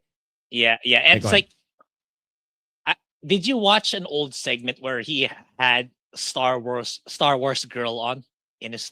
Did you watch that one? Anna, that Star Wars girl? No, I haven't seen that one. Yeah. Let's just But say yeah, look. he straight up. He was straight up telling her about her body features. Let's just leave it at that. Okay. Oh my god. Okay, Yeah. watch. Okay, Yeah, so let's watch this here. straight up to her face. But anyway, Yeah. And he's married. Yeah. Yep. And he's Melanie and I will be watching the football game tonight, and Hannah Claire will probably be going somewhere family orientated. I can't watch football with you guys. You can. I would love that. Oh yeah, that would be. Wow, thanks, Melanie. I I'm would not here. love it. Yeah. It's like, hey, me and Melanie are gonna have private time just to watch football. Yeah. And Hannah is not gonna come over. It's because I'm just a nice boss. Just didn't know if you wanted to, but I would love I'm great at watching sports, and by that I mean I'm solidly okay. Well, yeah. Well, we got to figure out where we're gonna go. I have a dinner place I want to go, but I got to call. Okay. A football game tonight, and Hannah Claire will probably be going somewhere. Claire will probably be going. Yeah. So like the thing is that like it's sort of like creep factor, man. It's like, yo, yeah. stop. Hey, okay, do you know more details about this? Because I do. Okay, all right. I would like to know more. I would like to know more. You Okay. probably know more than me. Okay. Yeah, during this time when they were at AvFest, like she was engaged with her now husband, man. They just got engaged. Oh, that is he's a Filipino guy, right? Yeah, Johnny Junkers, I believe. It was this time that they just got engaged. Ed Quartering knew that, and still he did. Imagine pulling off shit like this, no, with that knowledge, equipped with that knowledge, and Yeah. that's Casino also covered this. Like, help me. It's like at some point that $500 per stream, like Hannah Claire doesn't need it, like because like I know her dad is like a prominent political figure, Peter Brimolo. I don't know who he is, but I'm assuming he's rich and wealthy since he's into politics. But Melanie Mac, I kind of get because like it's just like she's an e-girl and stuff like that. But Hannah, I know she's well off. I'm pretty sure her husband is well off. Her dad is well off. She doesn't need to do this shit. She can just double down on her own channel and build her own brand. She doesn't need to be with the court. And that's the thing. That's my beef with her, especially now more than ever when given what happened Kino Casino, and yeah. It's man. I'm looking forward to June because like I think because he already laid off Luke because like the other chair to the left, that's where Luke is seated. He already laid off Luke, like Lou Rotowski, right? Yeah, he already laid off Luke like 3 weeks ago. So next one in the chopping block is probably Hannah Claire by June when Rumble decides to not renew his contract. Yeah. So that's what we're gonna be waiting for by June. All right. Yeah. Let's go ahead and watch this. Let's go and watch this last video here. Okay. This says a lot about this says a lot. Here we go. Have I pissed on the floor yet while my wife is out with the Jewish bowl? You're right. No, not yet. They'd snap. Not yet. But you're here on your free time, so fuck, who's fucking who, buddy? Have I pissed on the? Yeah, it's just I don't know, man. It feels like he's drunk here too. Like I don't know what's going on. He's like that pretty much all the time, man. At least in the most recent streams. Yeah, and it's the fall from grace is like baffling, especially when Kino Casino last week dug up one of his videos, criticizing Boogie to like what he was doing wrong, like how can he change it? Like it's like. Everything he said in that video could apply here with the quartering today. It's wild, man. It is. Yeah. So what's it called again? Like he does pretty good on YouTube and stuff like that. Well, I'm not sure if he still does YouTube stuff, but like he does. It's still getting decent views. It's like if you look at it, if 50K views, that's not bad. That's pretty for like do slop videos. That's pretty good. That's enough for you to go full time, but it's just that he spends way too much money in stupid shit like the Vanity Project, like paying Hannah Claire, Melanie Mac $500 each per stream. Like you're definitely. It's just that he has a spending problem, and he just needs to up his videos quality a little bit. Then he will be making. Do you think he's going to be the next Boogie? Well, if he's not already there, because like I'm not seeing him like apologizing to Jeremy, apologizing to all the people he screwed over. I'm not seeing it. So yeah, he's kind of already there in my opinion. It's just that he has a lot of money from his parents. That's why he's able to keep doing this. Yeah.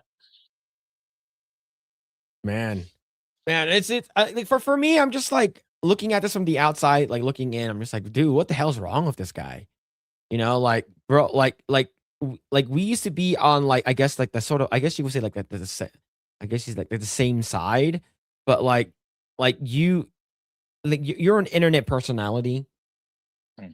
You have like what, a couple million subscribers and stuff like that. I think he has like 2 million subscribers or something like that.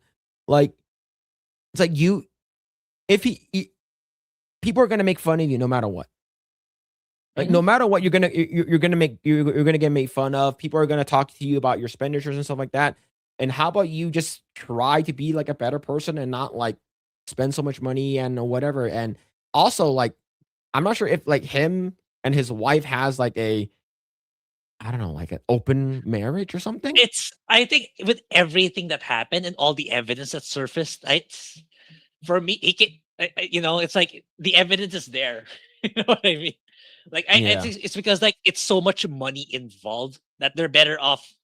Like, it on paper they are still married, but in actuality it's open because there's so much money involved. Like they'd rather just keep the marriage as is because of that.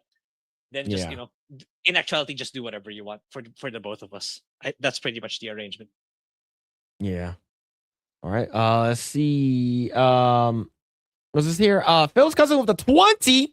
Thank you, man. This one's exclusively for Grae. I just paid you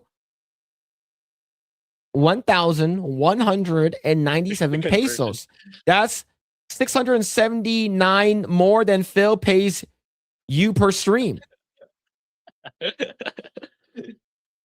That's wild stuff. That's wild. But thank you, Phil's cousin, for the 20. Thank you. Quagmire with the 5. I watched Camelot's stream about the quarter pounder. Dude just buried himself, just blocking everyone. I never liked him, and now I know why. He never like he blocks every like it feels like he's going on like a blocking spree, and he's going inside and like deleting people's comments. So like people don't see it, right? It's because for him it's all about optics, how people view him. Right. So go ahead, Grae. Optics and the money too. It's like, his card opening channels, the unsleeved media. Like I watched Griffin streams about it. Like he's criticizing him. Like there's so much shit that he doesn't know about like cards. Like I get the feeling you know more about TCG than he does, even though he has a TCG channel where he blows money opening cards. I know, like I'm pretty well versed in the One Piece TCG. Like One Piece TCG, I'm pretty well versed in terms of Pokemon. Like it's like there's a lot of like cross pollination or I guess a lot of crossover with the other TCG stuff, right? Like my brother is very into Pokemon as well, right? So like we know that the new set that just came out, I forgot what it was called already. There's a green or something like a Power Order or something like that. Like even like scalpers don't want to buy it is because of how terrible the cards are in there, right? There's no point for them to buy it and scalp it online. That's why when you actually go to like Target, like Walmart or whatever, they're actually all stocked up. Like they're all there. Is because of how bad that new set is.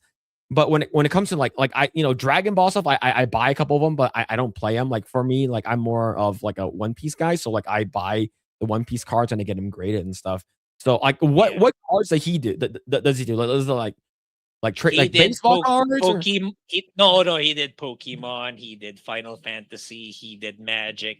But again, it's my point being is that he's he openly admitted this too. Like he's doing it for money, which is stupid, man. Like it's one thing where you buy the pack and don't open it and hold it for long. But no, he's doing it for content. He buys like these $1,000 packs and then he opens them. And when he's showing the cards on the camera, he doesn't even know if it's a good or a bad card. That's the thing. That's how out of touch that's how unpassionate he is about the topics he wants to cover. He's pure, you cannot get into YouTube hoping that I'm just gonna talk about whatever gives me the most money. You gotta have some passion to it. Like, for example, case in point, my channel is like I know it's small, I know that it doesn't get a lot of views, but I still like doing it. I like talking about JRPGs, which is why it's which is what at least I like to think. I get good feedback I get good comments on the video. Oh, nice video. Oh, this is really a good video. This video helped me buy or not buy this game because of this video. So for me, that alone makes me happy. I don't need a particular monetary return on it. You need to have that kind of passion if you want to keep going doing this YouTube stuff. Otherwise, like, you're going to end up like him, just doing it, just low energy. You don't even know what you're talking about kind of thing. It's not going to look good on your end. Yeah. Like I feel like for card opening stuff, like for Pokemon, it's like, is he, I feel like he's buying like the old, okay. So Pokemon is not mapped. So that's the reason why that one is like a literal gamble. Like it's not mapped at all. Yeah, so if you guys don't know what map, So if you guys don't know what mapping is, so mapping is like, for instance, I buy One Piece cases. So they go anywhere from like $2,000 to $3,000 depending on what case you get, right? So of course there are some like what's it called, Romance Dawn, that's like fucking like OP01 or something like that, OP5, and OP13, that's like super fucking expensive. And even like what's called an EB02 and a PRB01. So like those are very expensive is because of the chase cards that are in there. Now, the reason why One Piece is different than Pokemon in terms of mapping, for instance, the most recent case that I bought is about $3,000. $3,000 for OP15. And in each case, there are guaranteed 2 like high value cards, which is called SPs. So the high value cards, SPs, what's it called? And then you have you're guaranteed 4 Gold Dawn cards, and you're guaranteed I believe like I forgot how many. I think 4 leaders, art leaders, and each of them ranges anywhere from like 50 to like $100 for like this stuff. Like the SPs are the ones that are valuable, which is like about they can go anywhere from like $200 to $1,000 depending on which one it is. But there's like 7 of them. So in each case for One Piece is mappable. So like in each case there are 12 boxes, and each box has 24 cards. I mean, no, 24 packs, and each pack has 10 cards in there. So if you're like, okay, if these boxes have SPs, then I know I can guarantee if I get this, I can get these cards, right? But like it's still a gamble because it's like 10 SPs and there's 2 in each, and it's random. Versus Pokemon, everything is unmapped. You don't know what you're gonna. You can get a case with dud, or like a dud case, or you can get a case that's like you get like fucking 10 hits, which is crazy, right? And especially with the newer sets like Ascended Heroes, or what's it called again? The newer ones with Ascended Heroes with the Gengar one, like like first time in a while, there's a chase card in Pokemon that hits $1,000, which is a lot. Like this is prior to grading. So if Quartering is buying packs or boxes that are $1,000 per, then he's buying stuff that are like out of print, right? The very, very expensive stuff like Gen 1 and stuff like that, fucking like, you know, base set 2, base set 1, stuff like that. He's buying stuff that are like super, super fucking expensive. And those are like literal gamble, right? And the thing about Pokemon cards is those are weighable. You can actually weigh them on a scale to see how, because the heavier they are, that means that they have the hollows or the foils or whatever, right? So with Pokemon, like it's a literal gamble. So if he's trying to make money from it, he's like, oh, my thing is I want to make money. This is an investment, right? For One Piece, it's mappable. So I can map what I can or cannot get, right? Versus Pokemon, if you're trying to invest, it's better for you instead of spending like thousands of dollars for like a box, why don't you just fucking straight up just buy the singles, right? Buy the single cards that you want and get them graded. Exactly. Yeah, it's stupid. That's you know, getting into stuff that you don't know, and it's clearly you don't really like doing it. That's my point. It's like, you know, for me, it's like you gotta take a break. For me, what if I were quartering? You know, take a break, apologize to everyone, get out of the internet for maybe a month or a quarter.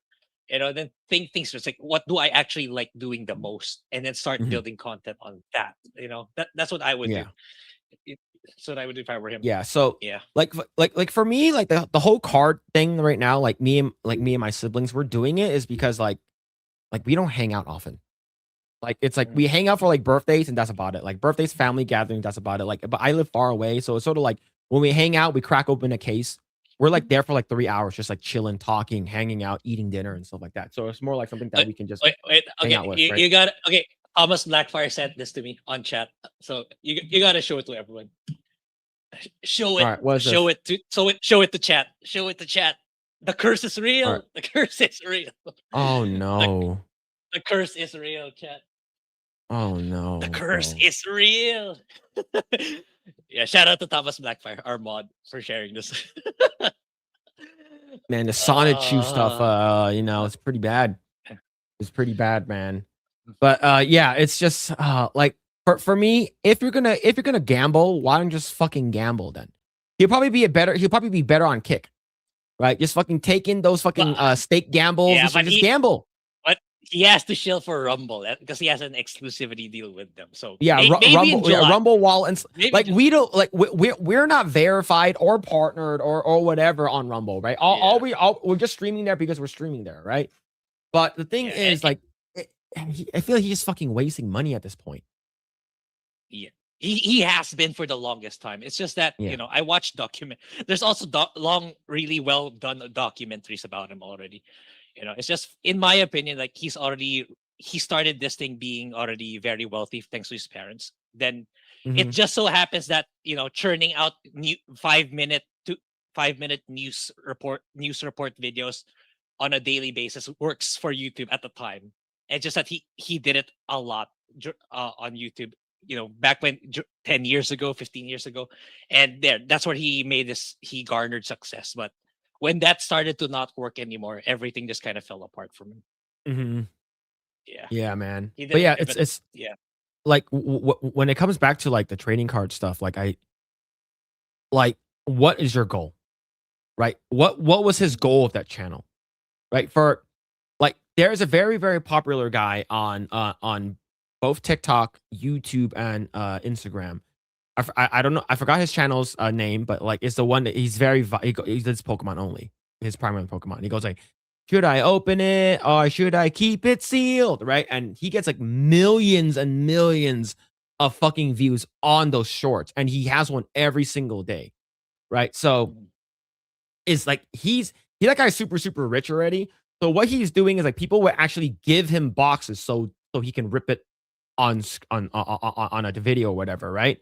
So if like what is his reasoning for opening packs? Like for me, like I'm considering this as an investment, right? But if you're trying to go into it as an investment, like are you selling your bulk? Are you selling your full arts? Are you selling your alt arts? All that kind of stuff. Like for me, like when when me and my siblings opened OP15, we sold everything, including the bulk, like the stuff that nobody wants. Like we still sold them. So it's not like we're just like opening the box and all we're caring about are like the high hit chase cards, right? It's like we're actually trying to get back our money and stuff. But yeah, it's like he got into the seat, like he's seeing, like he probably saw the channel you mentioned. That's the thing, he's seeing all these TCG. Oh, they're doing this. They're opening cards. Maybe I'll do that too, and I'll also grow. It's like it's like what's that card channel again? What's Quartering's card channel? What's it called? Unsleeved Media. Yeah, I'm very deep into the Quartering lore thanks to Keto Casino. Unsleeved Media. Like so he like has a year ago, 88,000 subscribers. That's a lot of fucking people watching him rip cards, right? But what are the views on it? And how much money did he burn per video? No. How much money did he burn? That's the thing. Let me check his shorts, okay? So the shorts is typically sometimes where you can get a lot of your money back. Okay. So over here, this is Unsleeved Media. 188,000 subscribers is a lot of subscribers, okay? But as a person that has 188,000 subscribers, these are low views. Low views and like okay, and let's go and check out the videos. Bro. Yeah. Bro. Right? I know that oh my God. It's not like this channel gets a lot of views in our segments, but come on, we don't spend the amount of money he does, man. Okay. Yeah. So a box. Okay. So one of these, I've seen these MTG Ninja Turtle one that came out like about a couple months ago. Like one of these boxes are about like $200, right? And if it depending on scalpers is like, it could be really expensive. Ascendant Heroes right now, one of these boxes, if you can get an MSRP, if you can, like those Pokemon vending machines. You can get it for like $50 for like a what's it called again? A UPC or something like that, right? Or ETB. But the thing is that like one of these boxes, I guarantee you, since he's rich, he'll buy these at scalper prices, which is $200. Mm-hmm. Right? So yeah, so this one over here, these are the booster box opening. Yeah, these get pretty expensive. These get really expensive. So and like for a person that has 188,000, this is not a lot of views in my opinion. And he started this 7. Holy shit. Yeah, he started a long time ago. This is an old channel. He has a lot of channels. He has plenty. Like even, there's a documentary. There's a documentary that was really good. Let me try to look for it, and I'll share. All it right, with let you me check. Let me check Social Blade. Okay, Social Blade unsleeved media. Holy shit, man. Okay, Where is it? unsleeved media. Unsleeved media. Where the Okay. hell is it? Okay, hold on. I need to put the at. Give me this. Give me that. Okay, I found it. Okay, there's a 1.5 hour documentary. I'll share in chat. Okay, It's so a really good. all right. It's a really good breakdown of quartering's entire history. In Okay, YouTube, so and here for are YouTube. his unsleeved media viewerships, and this is not 100% accurate, but I don't think he goes live on this channel, does he? He does. Recently, The last time he went live was 3 years ago. Yeah. Okay, so basically this is a dead channel, right? Yeah. He has a lot. This would be considered a dead channel. Like in terms of how big this channel is, this is considered a dead channel because like if you think about it, like we know how much money YouTube pays, and it's not a lot unless you make like a million views is like a million view video is $5,000 about, right? Depending on like, so this is not a lot, but yeah, man, not looking good, not looking good at all. I See. posted. It's a very good documentary. He actually started off doing IT help videos. You know, did you know Yeah. that? I didn't until I watched that documentary. Yo, Kohauser, thanks so much for the 31 months. Thank you, man. Thank you, dude. Yo, Phil and Grae, great to be with you on Tuesday night main event. Oh, yo, thank you. Yeah, let's go ahead. What's it talking to you, man? Yeah, I never met you in person. Like I did. Like I said, I was supposed to go to MegaCon, but you know, I ended up not doing that because I had a bunch of other shit that I needed to do. But thank you for the 31 months, man. Shout out to Kohauser, man. Shout out. If you guys can chat, if you guys can like what's it called again? Our mods drop Kohauser's channel down. But yeah, the dude's been crushing it on YouTube, man. But yeah, congrats, man. Congrats on that kind of stuff. But thank you for the 31 months. Thank you. All right, let's go and close this shit out. Get shit out of here. Let's see. I originally think I would have gone local festivals and play claw games. Yeah, he also had that. He had a claw machine channel, so you know he has a lot of money. You know, he has a lot of money from his friends. I know that he had like an RC racing like car channel. Race the track, dude. Not just the car. He also owns a track, man. And then he's pretending. You know, the last clip you showed with Hannah Claire and Melanie Mac, like he raised money for that. It wasn't out of his own pocket. He raised money. He asked Chap to raise money for him, which is crazy in my opinion. Crazy. Yeah, let's go to Makoto. So I think Unsleaze might have been even better before quartering. Hey, maybe. Hey, Phil, I got some One Piece cards graded. I can sell some to you. Well, let me know which ones. I do have a couple in mind that I do want, but I'm not gonna pay like fucking I'm the type of where I would trade up for it. Like I'll trade like 3 SPs for like an SP that I want or something like that. Okay. Right. See, I will be fair that I've been subscribed to some of his channels, but as far as content concerned, Gamergate 1 era was a similar content. Yeah, that's true. That's right. Yeah. See, how much does he pay for each thumbnail? He probably made it himself. I don't know. No, he's already explicitly said, like, you know, in the live streams, like, you know, he has 6 editors and shit like that. It's crazy how much this guy blows money, man. It really is. Yeah. Yeah. Yeah, considering man, the quality of his videos, like, and for you to admit you have 6 editors, what are they doing, man? RC racing is cool as fuck though. Okay, the only cool RC racing that I've seen are like the ones that are like each of the RC parts are like super highly customizable, and it's like basically like Beyblade, right? Like every piece is custom to you, and like people would race them. Like I had like people have done that, but like I haven't done that. It's just I don't think about like when I see RC cars, I'm talking about like the cringe ones that that my dad would buy me like for like $20 at like Toys R Us back when I was a kid, right? The one that where like if you flip your car over, it can still go, right? Like that show was the biggest thing that ever came out, man. But yeah, owning an airplane is definitely not cheap. No, not for Linus Tech Tips. And quartering has 3, man. He has 3 private jets. I'm not sure if it's private, but 3 planes. And he's pretending to be poor, dude. He's pretending to be poor on YouTube. He needs to fundraise to go to Amfest, man.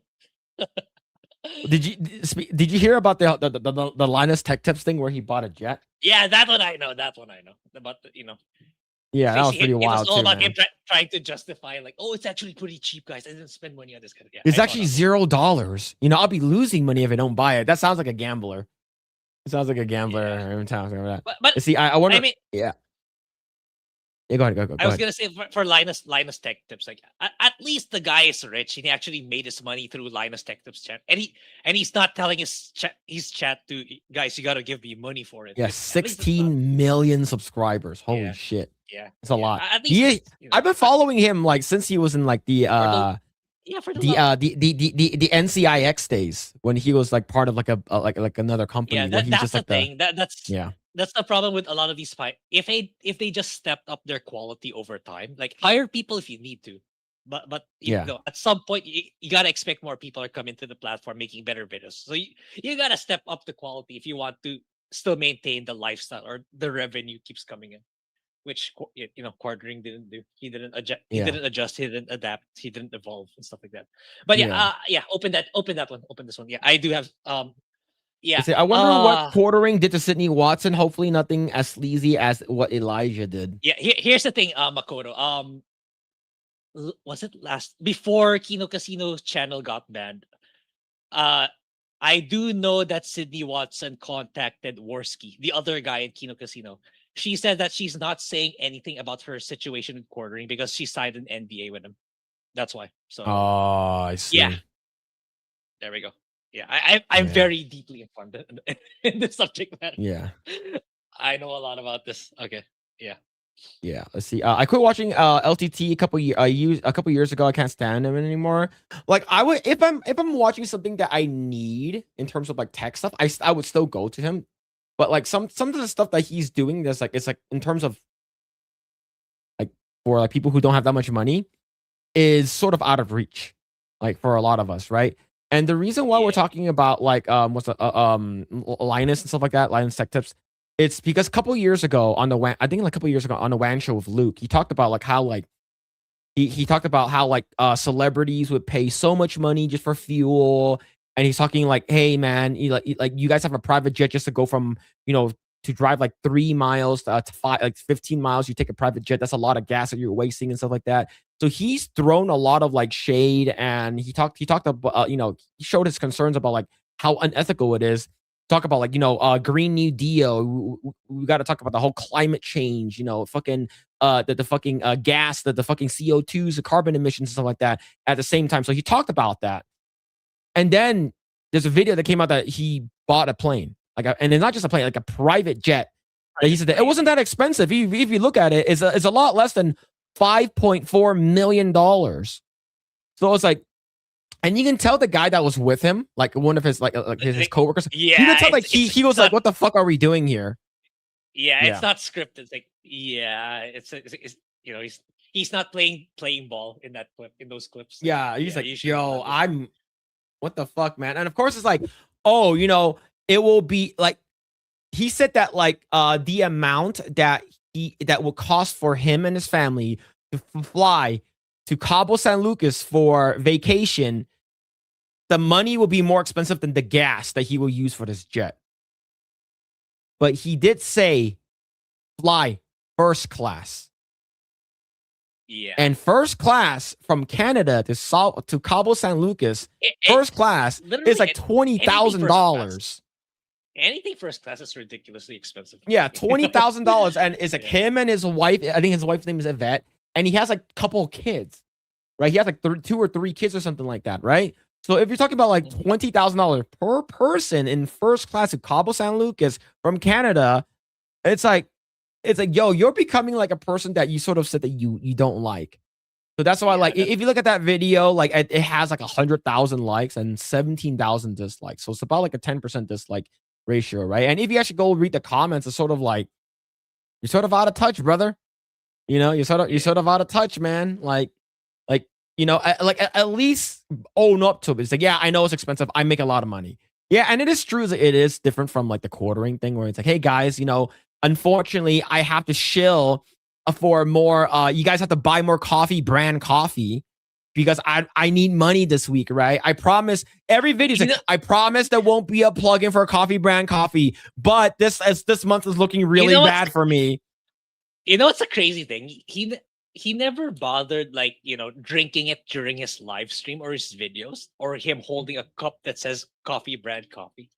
And he even openly admitted during streams, like, guys, I gotta cut down my caffeine intake. Like, dude, you're the coffee guy. Like, I drink decaf, or I drink, non-caffeinated stuff from coffee brand coffee or whatever. Here's the thing. I bought a lot of stuff from coffee brand coffee. I have like 2 cups from coffee brand coffee, and I bought a bunch of like coffee beans and stuff like that. Like I like their blueberry, the blueberry light 18 oatmeal, which is good. That's like, I was thinking for this week, how am I gonna tell you to remove our affiliation with this? Because I know you're. It's no longer there. It's no longer there. Yeah. Yo, what's going on, Sissy? Just saying hi before going to bed. Yo, have a good night, Sissy. Thank you for stopping by. Thank you. X in Wonderland for the 7 months. Thank you, man. Thank you for the 7 months. Thank you. See, Dan doesn't waste. I built a car in 2001 Chevy Impala and I rebuilt the car to save money. What the fuck? Yeah, man. It's crazy, man. Just got here. That's what's the topic they're on? SED. We just finished talking about the quartering. The quartering. Quartering and a little bit about Linus Tech Tips. Just a little bit. Let's see. I bet his coffee sucks. I'd rather buy the Neurotic brand coffee. I think it's the same. The coffee is the coffee is okay. The coffee is okay.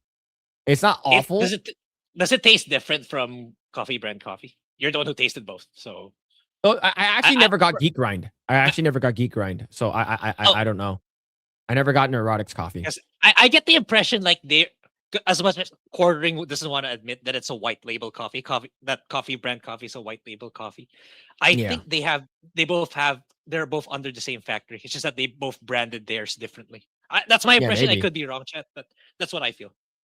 Because back then when Gary was also pushing his coffee, that was the time when they were still, in good terms with quartering. So my catch is like, quartering referred Gary to the same manufacturer. That's my intuition, but I could be wrong. Yeah. I could be wrong. Let's see. Yo, what's going on? Hello from Epic Mike Stream. Yo, he was playing Resident Evil 9. Yeah, right. I'm not sure where he is right now in Resident Evil 9. You see, Quarter Galaxy is low energy. That's true. I watched the WAN show religiously for years. I feel better not watching it now. Yeah, I like Luke. I'm sort of sad that like Luke is no longer a part of the main crew at LTT. But yeah. Let's see, and should I not post a link for coffee? No, it's no longer in the description. It's no longer in the description. We're gonna say it's you who's endorsing it, Nagy. Yeah. Let's see. Now here's it. Like, as of right now, we are no longer affiliated with coffee brand coffee. All right. It's sort of like when Zack Snyder popped in and saying, "Let you know, we're not affiliated with hate. We're not affiliated with hate speech on the internet." Yo, just letting you know, we're not affiliated with people who are cucks and who false flag other channels just because they're getting their butt hurt.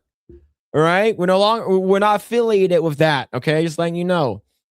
I tried the Neurotic brand coffee. I was not impressed. I buy Lore Lodge blend on Tableau roasting.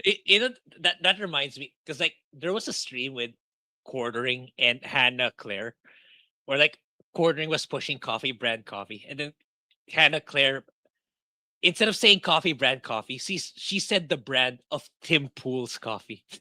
And Hannah Claire used to work for Tim Pool, so Quartering kicked her out of the stream, at least for a few minutes. But that was still really funny. Yeah, I was like, oh shit, I said the wrong coffee brand. Like, yeah.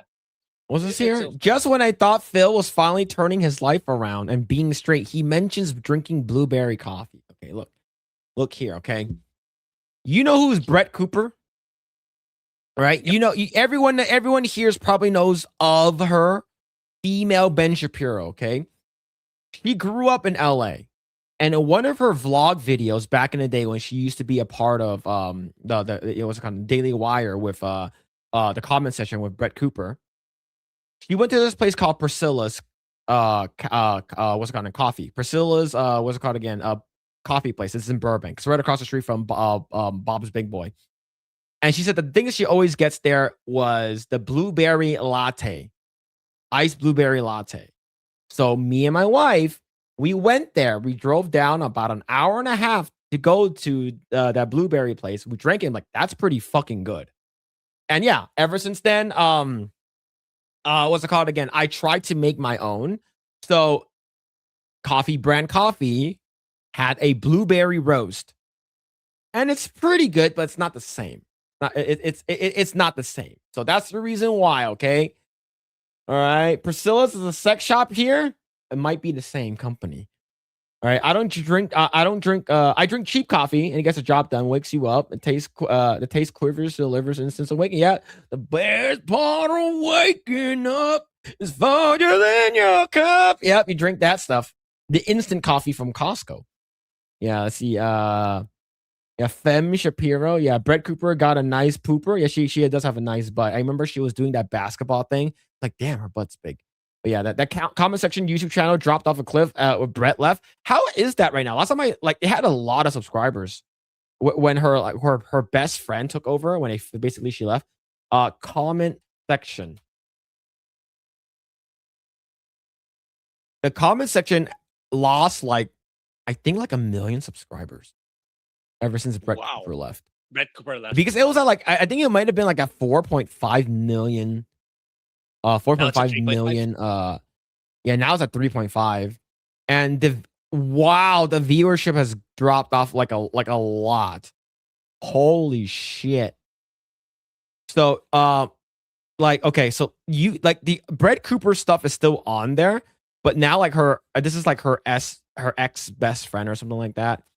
But yeah, so let me go down to so let me go over here, right? So over here, so this is when Brett Cooper's last one, right? This is her right over here. Just I think Jay-Z Accused is her last one, right? So about a year ago. So these were getting the views are a lot, like 100,000, 700,000, 300,000, 700,000, 200. These are pretty fucking amazing views, right? 1 million and stuff like that. Grae, guess what the average view count is now?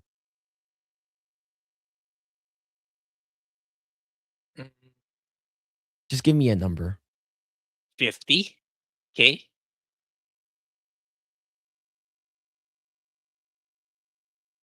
14,000, 12,000, 12,000, 17,000, 9,000, 9,000, 7,000. Holy shit. Yeah. As a solo YouTuber, that's fine, but but if you're a company, yeah, that's very bad. Yeah, you're under Daily Wire. Yeah, that's very bad. Yeah, see that is a big fall off, right? And that, to be honest, it's not her doing. The thing is that people like the comment section with Brett Cooper because of Brett Cooper. She is the product, right? This girl, I don't even know this girl's name. What was her name?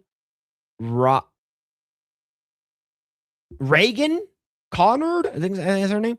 Yeah, no offense to her, but it's just she is not Brett Cooper. Brett Cooper is the product, right? So yeah, that's a big fall off though. But the thing is that I stopped watching a lot of Daily Wire stuff. I still follow some them on X and Twitter, but their fall off is pretty bad too.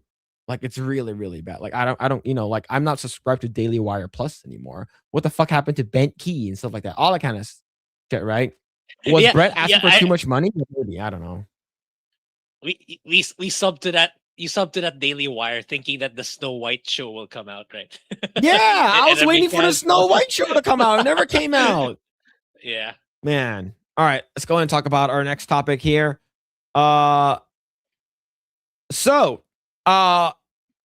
First Berserker Kazan, I have the game. The game is pretty good. I just never went back to it. Just a lot of other games came out.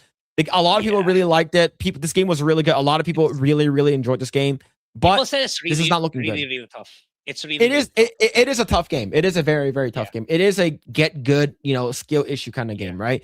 But the first Berserker Kazan studio, Neopol, announces restructure of dev teams. This adjustment is a strategic reallocation of talent, not a workforce reduction or team disassociation, firm kind of clarifies.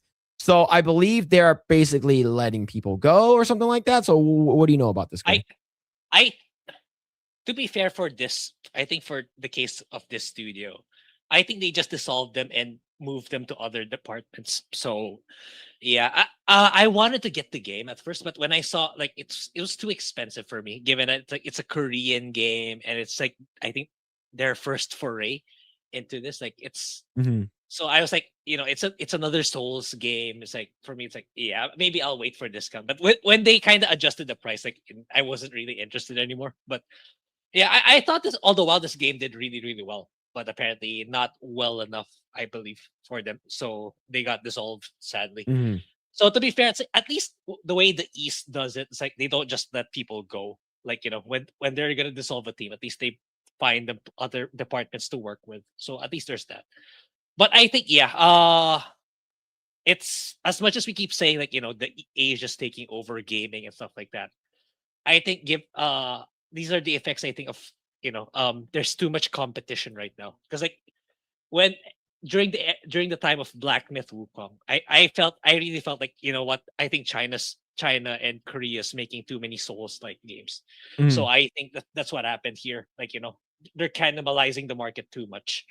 That's why I said they got to be more creative and make games in other genres, not just Souls like games. Otherwise, not all of these games are gonna make it simply because there's just too many, even though they're good. So I Yeah. think that's what happened here. Yeah.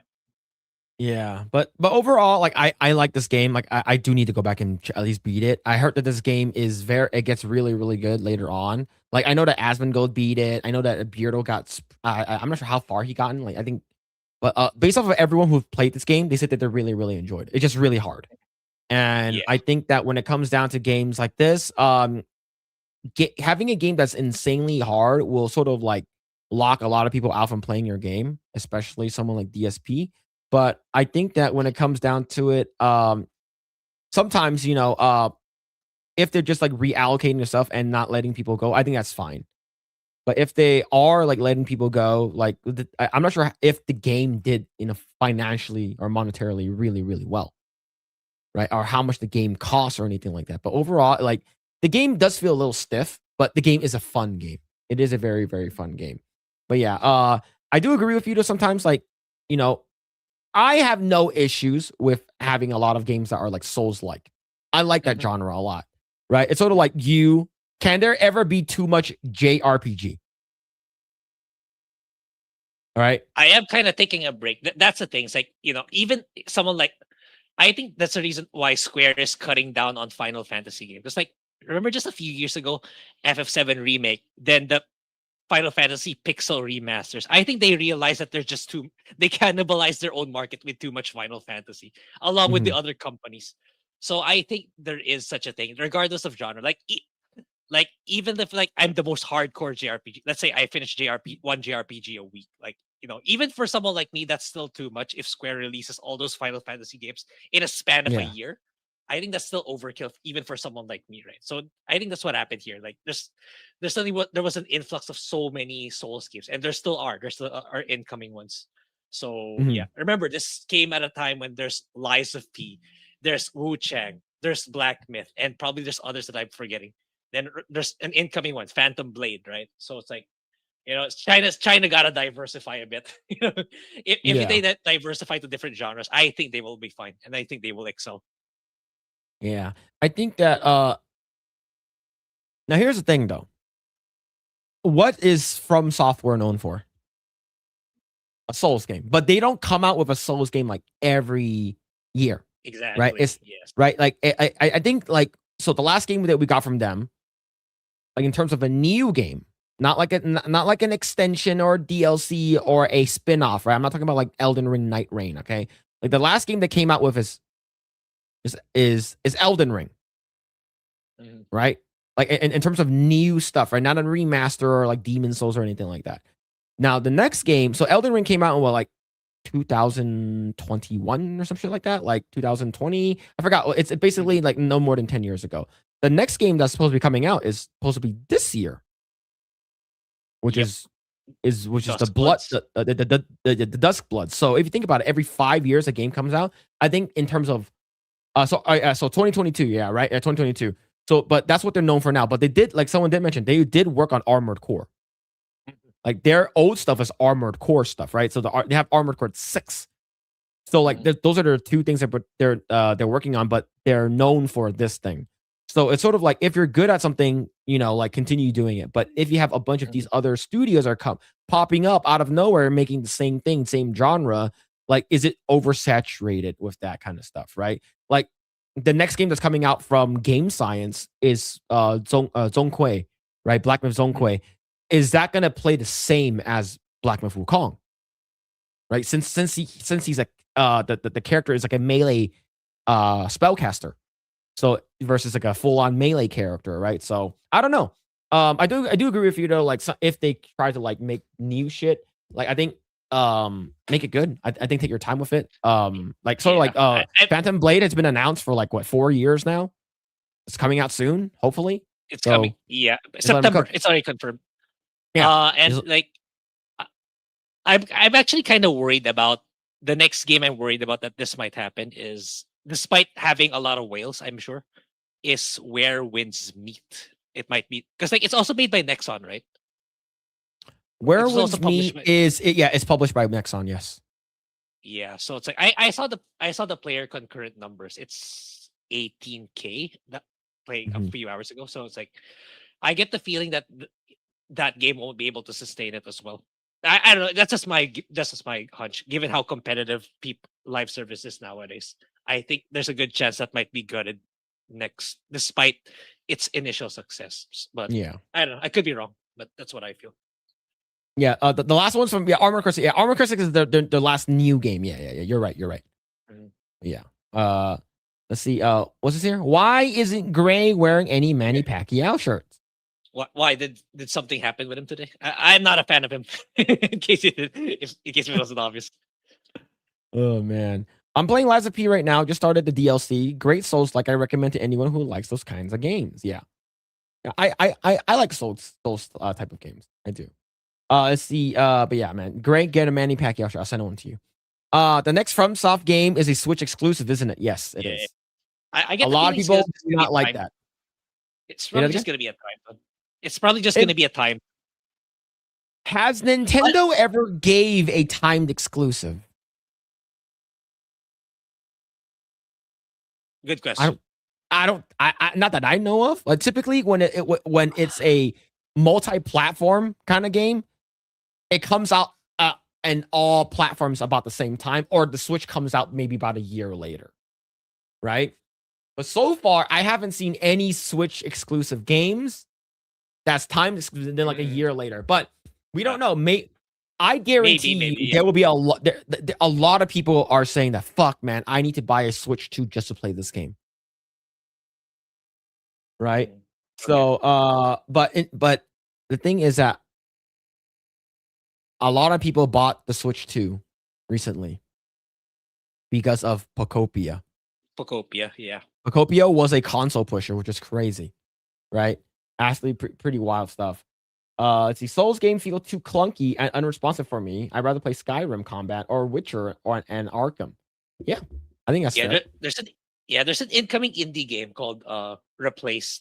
I'll make a video about it. So it's like it's a pixelate. It's kind of like Dead Cells graphics in a dystopian sci-fi, but the combat is like almost exactly like Arkham, where you can even see the electrical icons on top of them if they're gonna attack you. Then you press Y to counter. It's pretty cool. It's pretty fun. I'll talk.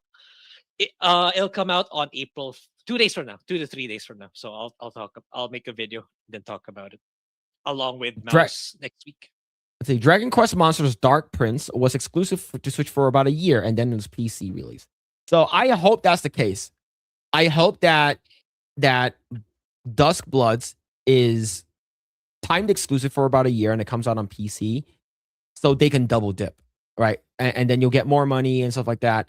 But I like, for me, I'm gonna buy it day one. Like I'm pretty much like a FromSoft Andy. In terms of like Souls games and stuff like that, it feels like a spiritual successor to Bloodborne. I don't think we're ever gonna get Bloodborne anytime soon in terms of remakes. We talked about it a while back. I still want Chrono Trigger. Never played that. Just get it on Steam. Yeah, get it on Steam. It's cheap, and it's like still one of the I made a video about it, and it's still getting views up to now. It's like actually, it's still one of a kind. I know there's Chrono Trigger likes or indie games that came out, but I still think Chrono Trigger still stands on its own as one of the most unique JRPGs out there. Nothing even comes close to matching it in terms of the gameplay and the storytelling. So still worth jumping into. Yeah, I know it's not a high point for chats on Rumble, but when he says blueberry, it makes me smile. Let's go. Blueberry lattes. All right. Nintendo should have had a Switch 2 bundle for Pokopia like they did with ZA Legends. It was more of a system seller than ZA. Yeah, you're 100% 100% on the mark. I think even Nintendo didn't expect it to go that well. Yeah. Yeah, that's what I think. Yeah. That's what if they knew, they would have. Well, yeah. All right. Let's go ahead and talk about Super Mario Galaxy. So we talked about it last week. We talked about it how what's it called again? We talked spoilers and stuff like that. So this is a couple of days ago. Super Mario Galaxy movie box office shatters expectations with $372.5 million holiday haul. So basically, last week was the Easter weekend. It was basically a 4-day weekend for some companies and stuff like that. It made a lot of money. And even though we talked about it on Tuesday night's main event, Kada was the only one that hated the movie, right? So and basically it was like 1v8. And but overall, he had every right to say it. I think everything that he said, in terms of people who expected better from what's it called again? Illuminations. I get it. But overall, this movie is doing really, really well. And it's probably on track to make over $1 billion. But the thing is, we're not talking about that. We're talking about the Super Mario Galaxy ending, post-credits explained. And a lot of people are saying that this could lead to a what's it called again? A Smash Brothers thing. And we already called it. And we know Miyamoto already said, don't expect a Smash Brothers movie anytime soon. He didn't say don't expect the one. But in terms of Grae, what are your thoughts? Like in consensus in the Philippines, right? Like the movie is out now, and the movie's been out. Have you been hearing through the grapevine in terms of good or bad reception for the Philippines? That's the thing. I don't know anyone I can talk to about this stuff to here. Okay. So I would think that it's positively received too. But then again, I don't think the movie revenue is doing good here as a whole in the country, given times are tougher and stuff like that. But in terms of the fan base, I would think they're more inclined to agree. I think it's pretty much the same thing. I'm not sure. I don't have I don't have anyone to talk to, but I would think that they would want this too. So yeah, that's all I have to say with regards to the local perspective. Because there's a particular popcorn brand here that they ended up selling in groceries too. So for me, that says, that means the theaters are kind of empty nowadays if they had to resort to selling popcorn in the groceries. So, yeah, that's what it's like. I've not seen anything that the people were outraged or they think that it's really bad. So I'm gonna assume it's the same consensus as for you guys in the US. Yeah. So overall, I know that this movie for some reason I've never seen a kids movie. Well, actually, I have. It's a fucking internet. But in most recent time, a kids movie being so in terms of divisive, in terms of a lot of people hate it and a lot of people liked it. But overall, I think that the fact that this movie is set to make $1 billion, the movie has a lot of rewatchability. I think the movie has a lot of good things about it. But it could have been a lot better, right? But overall, here's the current revenue right now. It's sitting at $438 million, and it's been out for about it's been out for a week now. No, a little bit more than a week, right? So it came out on a Wednesday, April 1st. So you have this, and we are not sure what the drop off is from last week, but we'll know fully by tomorrow, how bad is this movie doing, how good is this movie doing. And I think that if we do get a Smash Brothers movie, down the road, I think it would be pretty cool to have like the game comes out first to hype up, because like we do know that there's going to be a Smash Brothers game that's going to be coming out. We're just not sure when it's going to come out. And once that comes out, it's going to hype up a lot of stuff. Now, unless they do what they did with like the Mario Brothers movie, the first one, and then what I'm feeling they're going to do with this one, because with the Donkey Kong redesign for the first movie, after that we got a Donkey Kong Bonanza game that has the same style. Same thing. Now, are we going to get that with Fox, right? Because that's going to be the next big thing. If Fox, rumor has it that we're going to be getting a new Star Fox game with probably this new design. Yeah, June is gonna be a wild month for gaming. Like, I think that's when Nintendo's gonna drop all their shit. I think there's gonna be a lot of JRPGs in there that I need to plan my scheduling again. There's so many of them, but yeah, I think they're gonna reveal that in June. I'm pretty sure. Yeah. Well, overall, I hope this movie does well. Over in terms of financials, right? Because remember, this. Yeah, like. Remember, when it first came out, these were the scores. Collider 7, Seattle Times 7.5, Looper 7, IGN 6, 6, 6, 5, 5, 5, 4, 3, 3, 2.5, 2, 2, and a 0. Rotten Tomato, when it first came out, it was sitting at 45%. And we're gonna go to Rotten Tomatoes because it's like I said, it's a good aggregate for like normies and stuff like that. The general consensus of the movie, and currently it is sitting at 43.89 and 89%, right? Sort of similar to the first movie, where the first movie, the fans liked it more than the critics. And if you go to critic lists, let's go to critic list chat, and this is why I prefer critic list over. I think critic list is a better website when it says it's 80, like overall, whatever percent. I think that's what it is versus, for Rotten Tomatoes, it's like that the rating is actually incorrect in terms of that. It's because like if like 10 people gave it a 8 out of 10 or whatever, the percentage is going to consider like a positive score. But in terms of actual, like right over here, this is my review. All right, I gave it an 86, but overall it has a 76%, and which is, in my opinion, I think that's a fair assessment to the overall movie. Like the overall movie, I think that's where it is. But yeah, but in terms of Mario and the Smash Brothers movie, I think it's going to happen. It's going to happen for sure. It would be stupid for them not to make it. Yes, it's really stupid if they don't. Yeah, exactly. Yeah. Yeah, I want to see a Samus Metroid movie now, but I want it to be in 3D and made by DreamWorks. It's not going to be made by DreamWorks if they're going to have it. That is wishful thinking that they're going to jump to a different studio that's going to be making it, right? So I don't think that's going to happen. We're probably going to get it, but like, is it going to be like as wacky or something like that, right? And same thing with like the Zelda movie that's going to be coming out, that's currently in the works.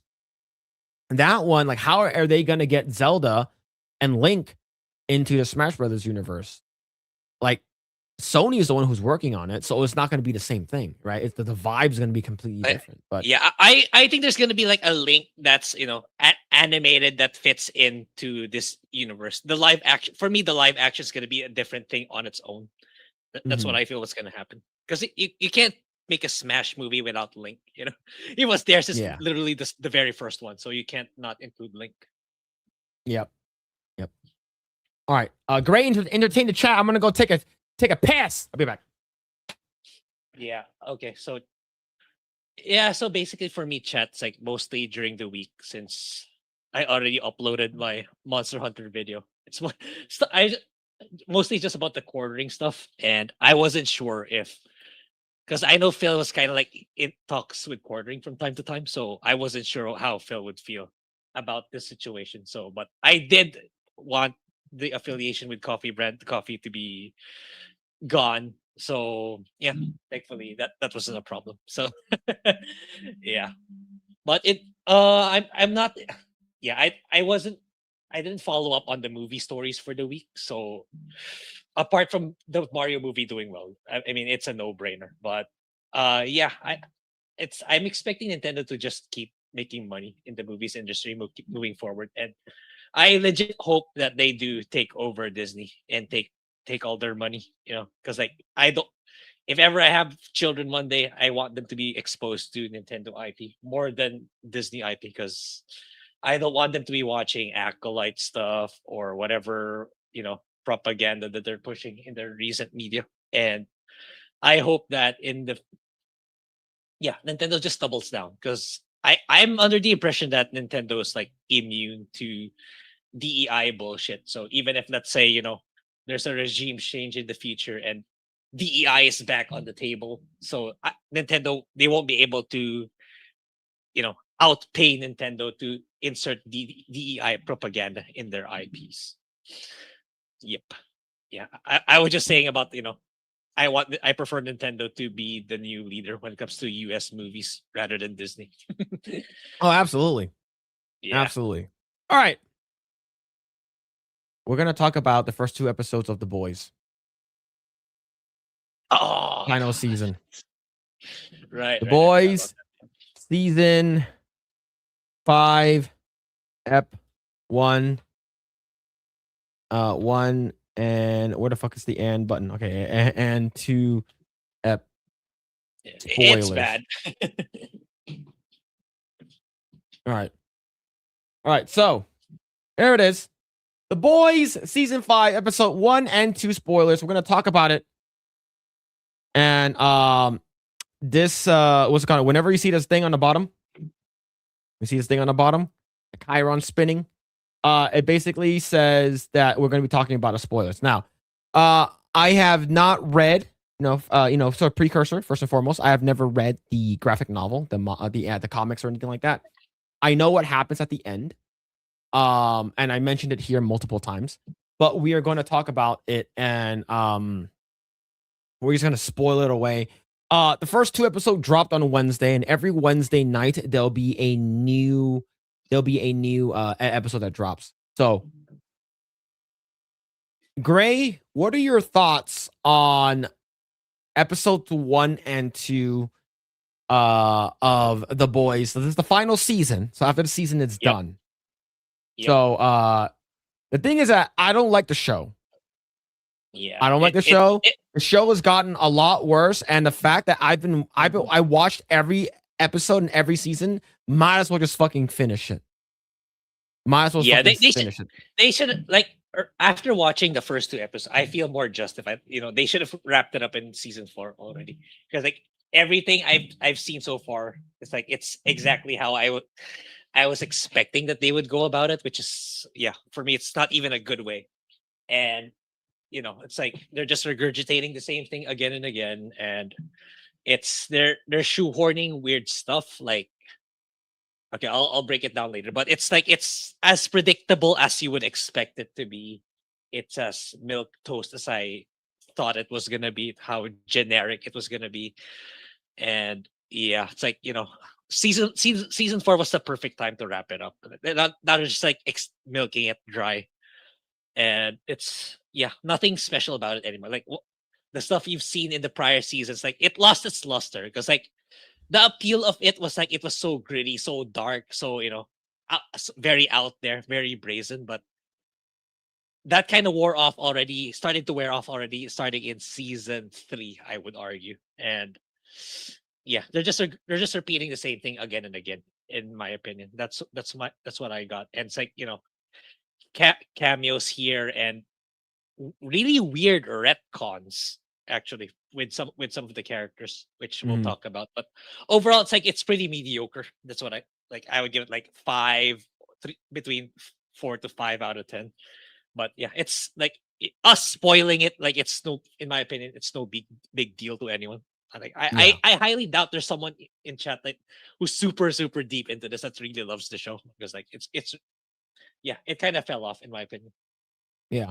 So season 1 started out really great, right? It was like, what happens if fucking these superheroes were fucking privatized by a fucking mega corporation, and they're basically used to sell product and shit like that, right? It's like, what happens if the Justice League was owned by a fucking mega corporation?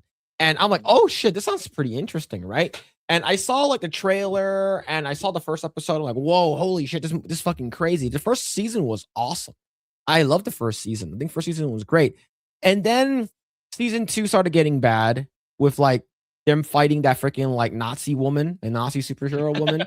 And and at the end, it's like literally like a girl fight, and it's just sort of got like sort of cringe. And then season 3, the only good episode was like Hero-gasm.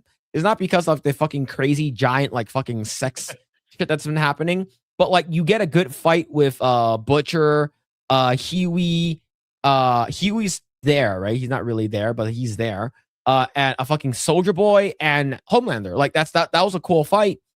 And then it just like they like Eric Kripke, basically he has like, I think that's his name, Eric Kripke. He hates Donald Trump. He fucking hates Donald Trump.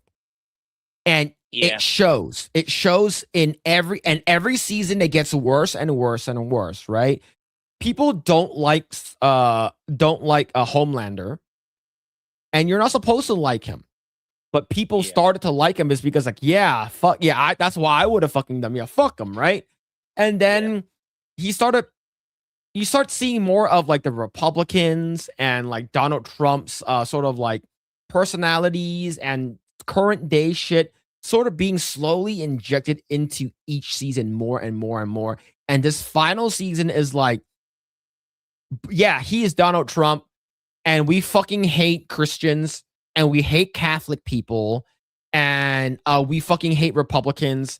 Like one of the episodes where I think was it the first episode? It's the first episode. This episode right here that we're looking at, all right? So Erin Moriarty, fucking ugly, fucking crypt keeper, freaking like she looks like she's like fucking 50. Yeah. She dresses up as Firecracker. There's a bunch of firecrackers that are showing up, right? And she uploads the one of the videos of the flight flight 37. Crash.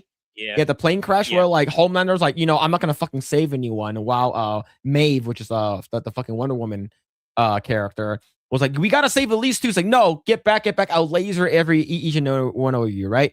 So that happens. That looks like a Turning Point USA or a CPAC, like a Republican or conservative like rally that Trump would have.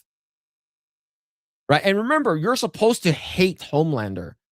And so you have that. Like, it already looks like Turning Point USA or CPAC, right? It already looks like it. And the following episode, spoilers, right? What's it called again? At the funeral of fucking what's that black guy's name again?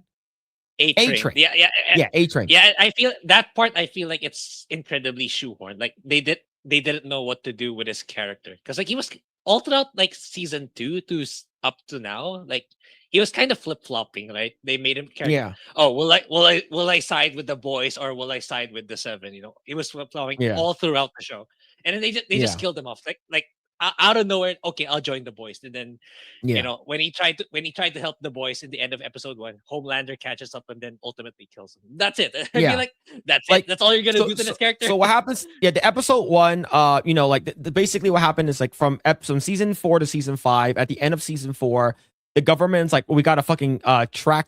Was it the government or whatever it is, right? Like fucking Vought was like, okay, we're gonna track down everyone who's trying to do this bullshit. They found they're trying to make a fucking virus that kills all supers, right? So and these are considered terrorists and stuff. So they captured they captured Frenchie, and they captured Huey, and they're in a re-education camp, right? Remember, the leftists said that Trump is going to round up all these people and put them in re-education camps, right? To sort of make them, force them to like Homelander. This is like everything that they're saying that the right does, the left is actually trying to do right now, right? So the rest of the crew is trying to get them out, and the end of it is like A-Train shows up. He has like a fucking morality fucking conundrum. What should I do this? Should I do that? Right? And he ends up saving a bunch of people, and then like Homelander's like, oh, I'm gonna fucking kill you, right? He fucking chases him, and there's a girl that gets out of the car. And this is like sort of like a callback to episode 1. Yeah, season 1, episode 1, right? Where Huey's fucking fiance gets killed. Yeah. Yeah. So this girl gets out, and then A-Train is running, and he runs so fast he can actually run through a person, and they fucking explode and die, right? So this time he sees a girl, he's fucking like, oh no, he dodges and he trips and fucking falls, right? Like a fucking loser, and he crashes into, and then Homelander just fucking breaks his neck, and that's it, right? And then that's it. And that's the end of episode 1. Episode 2, at the beginning, there is a church, sort of like a black church, right? There's, it feels like a black church, kind of like a wake, kind of like a wake for him. Yeah. So a funeral for him, and it's like the way they're presenting it is showing that like people who are in faith, people who are Christians and Catholics are like fucking nutballs. They're crazy people believing this kind of stuff, right? And then even what's it called again? The fucking black chick. What's her name? Sage.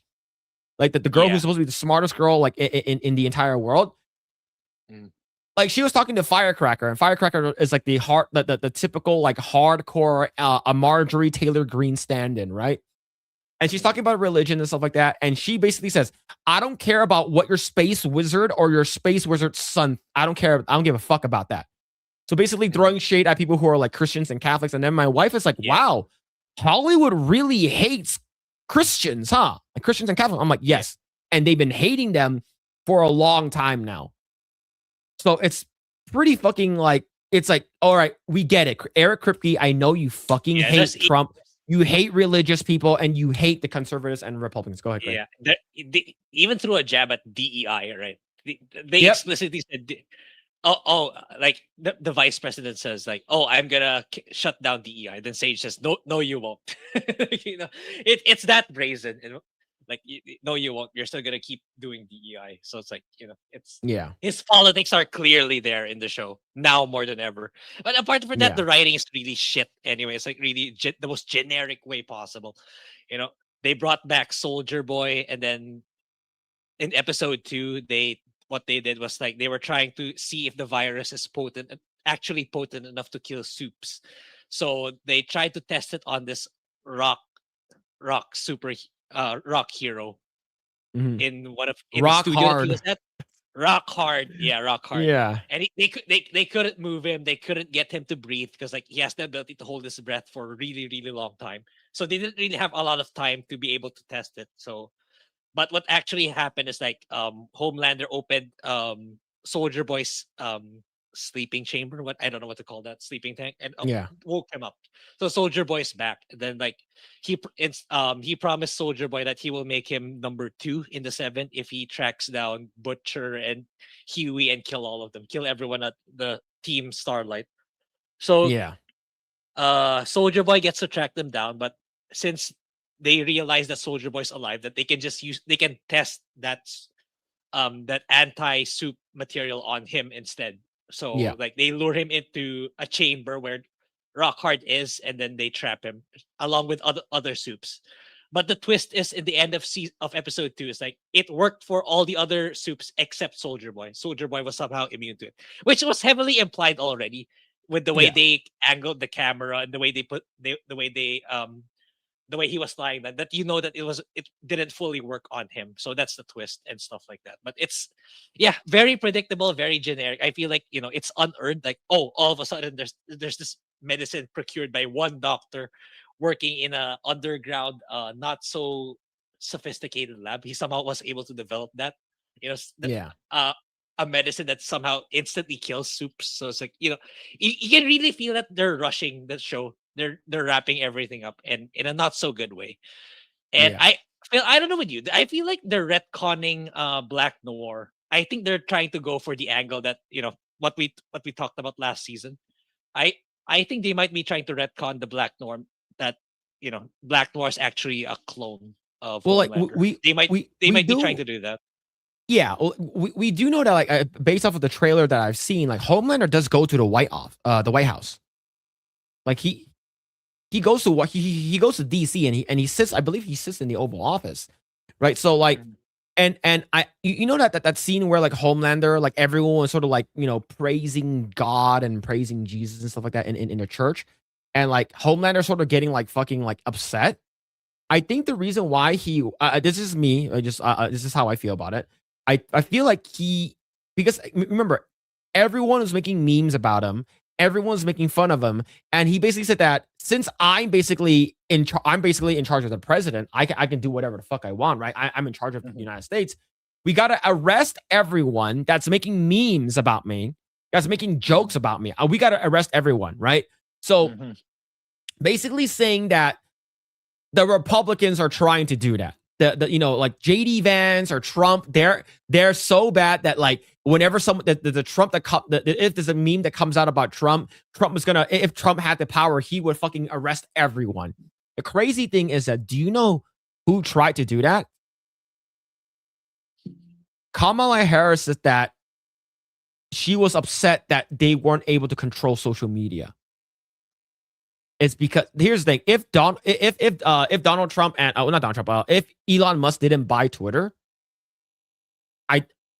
Kamala Harris probably would have won the presidency. Yeah, and they would have proceeded to doing that, like what's happening right now in the EU, right? Yeah, like Germany, UK. Germany, UK. Like if you can go to jail making memes, right? Keir Starmer, hey, if you talk shit about Keir Starmer, you're gonna fucking get arrested and shit like that. Like that is like literal like fucking bullshit that's happening elsewhere. And the reason why it's not happening here is because Donald Trump is saying that, what the fuck, no, it's not gonna happen. So when you have that and you have all this bullshit that's been happening in the show, it just feels like it's like, yes, we get it. Like stop. It's like fuck, like just fucking stop, man. It's and I feel like the whole thing with the whole Soulja Boy thing, like I feel like of course we know that shit's gonna happen. Like he's like one of the first like superheroes that Vought has ever made. Like he's been around for like a very, very fucking long time, right? Like other than fucking Stormfront, like he's been around, and plus like his superhero ability is like radiation. So like he could probably use like I'm pretty sure it didn't kill him, right? And plus it's Jensen Ackles, so like you're not gonna fucking kill off Jensen Ackles just like that. Yeah, exactly. Yeah, and you have a fucking what was ever fucking. We need to have the Sam Worthington and Dean Dean Winchester and Sam Winchester in the same scene, because we do know that his the guy who plays Padalecki, I forgot his first name. They're both in Supernatural. They need to be in the same scene together at least once. But yeah, go ahead, Grae. Yeah, it's like apart from the shoehorn politics, it's like it's just shitty writing all around. Like I forgot to mention. Yeah, Kimiko now talks. Yeah, she's not mute anymore. Yeah, and how speech therapy. It's like, what the fuck are we doing? You've never talked your entire life, and all of a sudden, after 1 year, speech therapy, I'm talking now. And remember the part where like fucking like, they're trying to escape from the prison camp? Yeah. Like everyone was dying, and then they're fucking, let's fucking make out. Yeah. Bro, not right now. Like, oh my, it's bad. Jared Padalecki, yeah, I believe so. Yeah, and they doubled down on it in episode 2 also. They're still making out in the most inappropriate times. Like, what are we? Yeah, talk about butchering a character. Yeah. It's like, and I don't get, since she's already talking, why is she still, in some instances, she's still making the sign language? Like, why make the sign language if you're already talking? It's like, I don't know. It's weird. Yeah, but yeah, this show was had so much potential, and it just fucking just fell off a cliff, man. Again, if he just followed the comic, I imagine it would have been way better. Just follow the comic. Yes, Germany's even worse. Police arresting people for criticizing politicians online. Yeah, it's crazy. And we do not Smooth the DJ. Like he lives in Germany. So like one of Gary's mods, like you guys seen him before in other streams and stuff. Like, and you probably met him at the meetups, but like he lives in Germany, so he's like living through this shit. So it sucks for him, right? I'm pretty sure that the Pam Bondi would have had people arrested for memes if Trump didn't fire her. Pam Bondi was awful, man. She was fucking awful. Yeah, but I bet Eric Kripke swallows a lot of cum. Probably true. The comic is way better. Yeah, based off of what I heard, it is way better. But yeah, I get the feeling they're retconning Black Noir. That's why he's being kept in the. He's not talking anymore. Because deep, yo, you speak to me. I know you talk. Like he's not talking. I think they're trying to retcon that. I think they might do the clone angle. the Homelander clone Yeah. angle. I don't know. I'm just speculating, but I get the feeling that's what they're doing. Yeah. Well, other than that, I have not much. But Grae, let's go and talk about what do you think about Aaron Moriarty's face? Yeah, really terrible. Along with the star, along with what's the name of the star again for Wednesday? Like falling victim to the Oh, plastic Jenna surgery Ortega. bullshit. Jenna Yeah, Jenna Ortega. Yeah, it's I know the right side is just AI, but still, this is what could have been, or what should have stayed rather instead of the one on the left. Yeah, Mhm. I have it's bad. Plastic surgery's always been bad, and yeah, it's. I can't really expound on that. Like, if you can't stick to natural beauty as much as possible, don't listen. Oh, you gotta change your nose with this surgery. They're just there to extract money out of you and to make you a worse person overall. Just stick to natural beauty and don't listen to those crazy people in Hollywood. So I guess her there's people who are like defending her is like saying, oh, it's actually, she's lost a lot of weight. It's just it's about it's called getting older and stuff like that. Oh, she has an autoimmune disease. Like, which is it?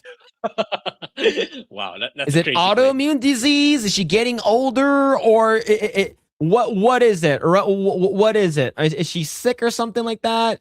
But the thing is, like, her nose is so different from the first and second, like first season and this season. Her nose actually is like it's pointed up like a Michael Jackson nose. Right, she removed the buccal fat, like the fat on her cheeks. Her cheeks are more rounder, and look at her chin, man. What the hell is that? What? It's like lip fillers and stuff. Yeah, and most of the time she looks like her face. She can't smile. She talks like this. Yeah, and it's like she's talking like this. Like she just knows like what? Stop. Just stop, man. And she's 31 years old. You could have told me that she's like 48. And I would have believed you. Yeah, I would have believed you. Yeah. And the same thing with like Mother's Milk, like like he's lost a lot of weight too. Like he doesn't even look like himself anymore. Do you remember how he looks like in first season? Let me show first season. Yeah, he did. This is in season 1.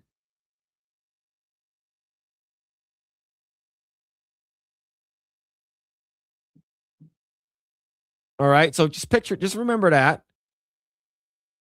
Look, okay, this is a good example. Okay, this season 3 to season 4.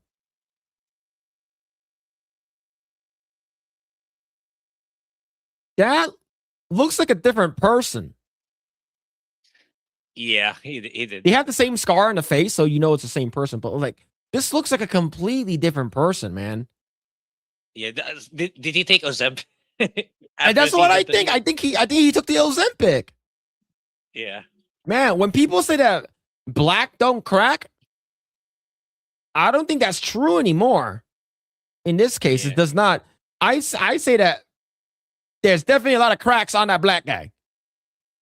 It's like, stop. Like, this is how I feel like Hollywood is like ruining a lot of people. And same thing with like even like social media. It's like, everyone taking fucking Ozempic. Everyone is losing a lot of weight. Like, he looks like he's sick. Like, like if you're sick and you have cancer and shit like that, then that sucks. Don't fucking act anymore. I think it's also because, like, apart from being just in an echo chamber, I think these actors and actresses are the prime target of these doctors because they know they have the money for it. That's why they're being marketed towards more. That's what I'm inclined to believe. Maybe they're like they're in coordination with Hollywood, like, hey, refer more actresses to me. Then you get a cut of the money. I don't know. I'm just speculating. Yeah, but I get the big pharma. Yeah, big pharma. Maybe big pharma, but yeah, it's bad. But you remember the whole like Ariana Grande, and how she looked like in Wicked, right? Yeah. Like Ariana Grande, like she looks so like she looks like she's so skinny, right? Like she's like on like everyone is on Ozempic. Like look at this shit here.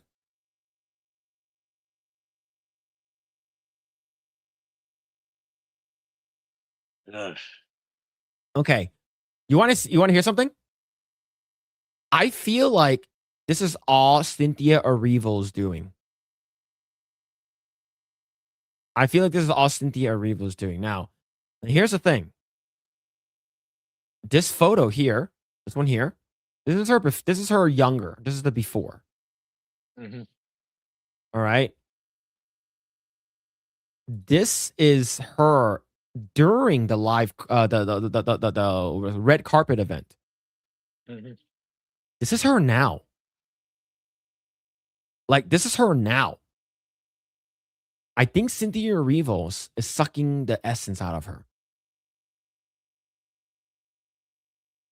Like, you know how Michelle Yeoh looks like, right? Like Michelle Yeoh, like she was also in it too, and she also took an Ozempic. Like it's also it's really bad. But overall, like just go natural.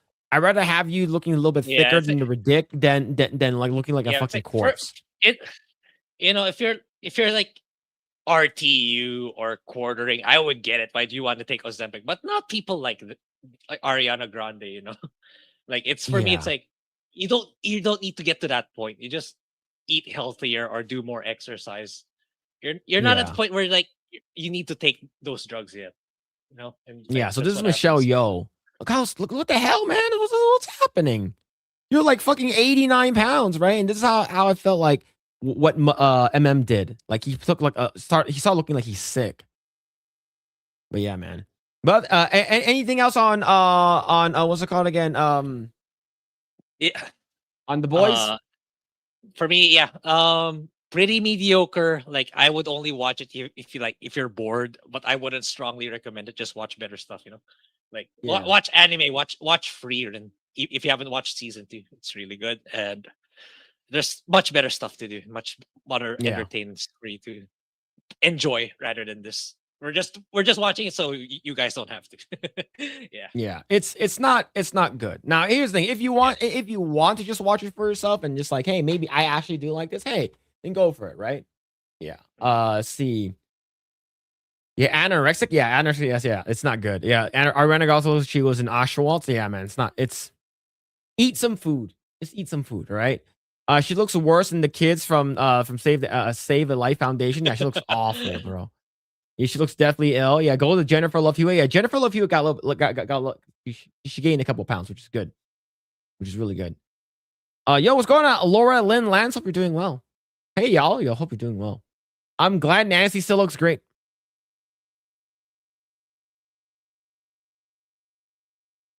We got to ban Hertz Donut. We got to ban Hertz Donut. All right. Let's go ahead and talk about this here. Go ahead and talk about this. So, Wu Chang, Fallen Feathers producer, director fired. Studio faces layoffs, rumors. So, it's more than saddening reports of layoffs, and Aline Z might just be taking more brutal approach if most of the rumors are believed to be true. So, Grae, what are your thoughts on this? And did you play Wu Chang Fallen Feathers?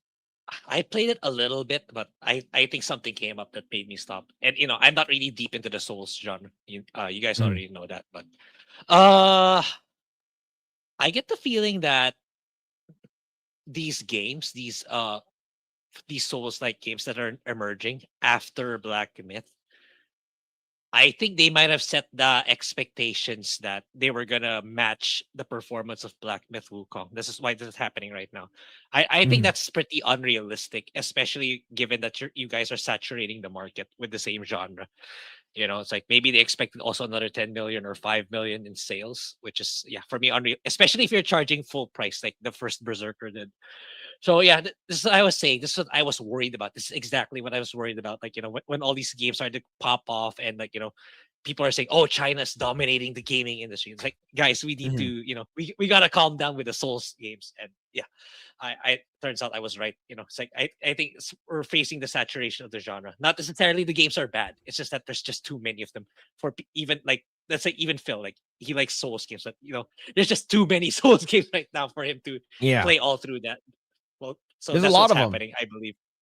Yeah. So yeah, I think it's not necessarily the game performed bad. It's just that it didn't meet their sky high expectations. So what I would do is like, move these talented devs to another team and then make games with another genre and temper your sales forecast for that particular title.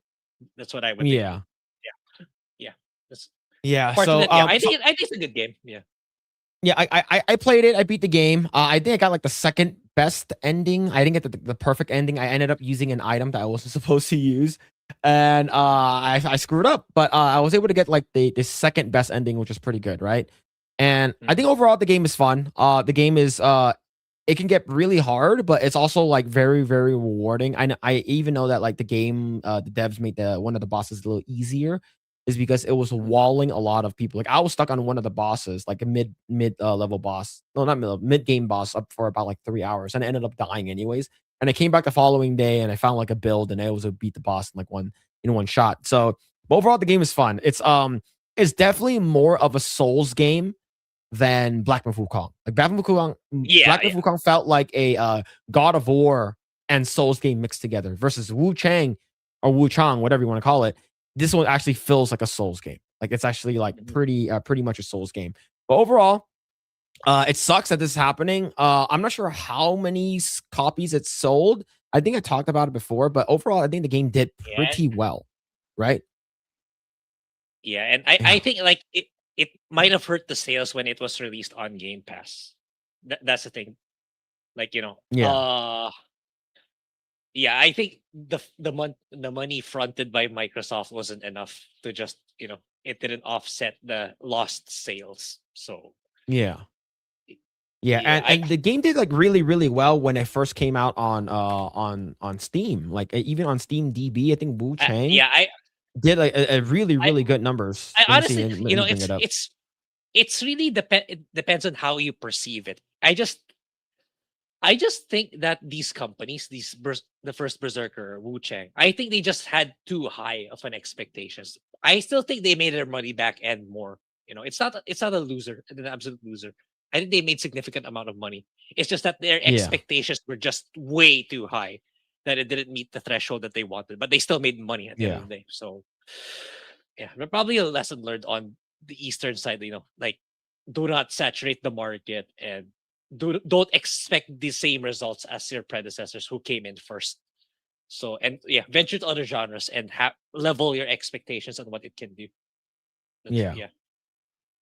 But overall, I liked it. I think that now they have like the fact that the producer director was fired.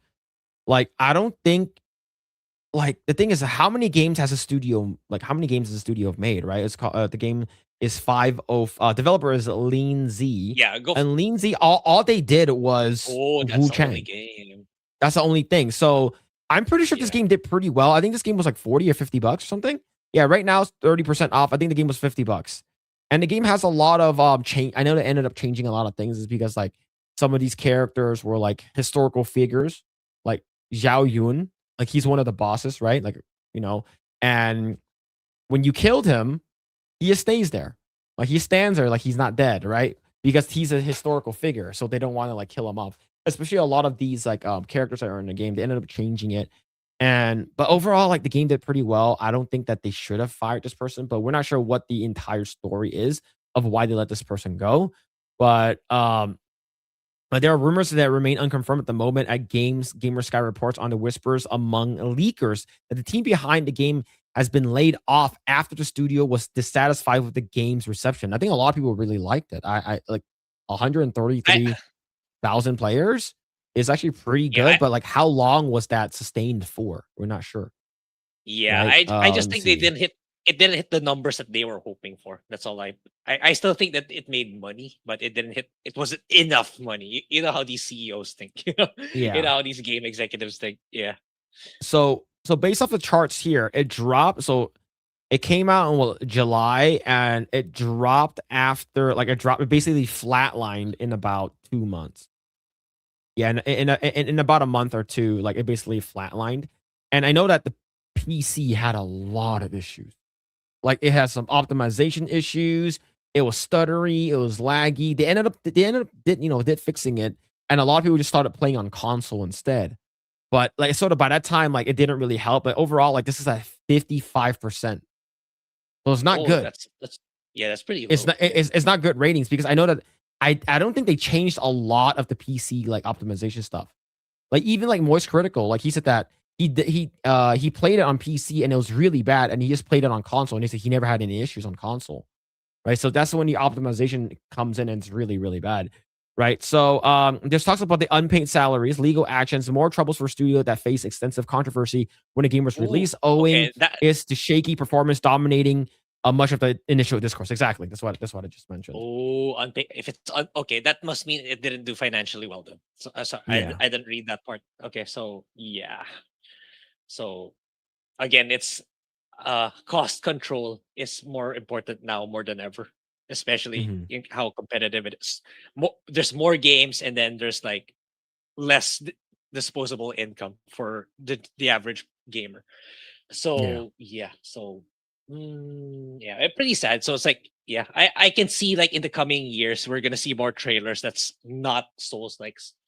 So it wouldn't surprise me if more Souls like games don't even make it to break even at that point, because like like for the past several months we're still seeing Souls like or action RPG like games from China. So I think you killed the market already with sheer quantity.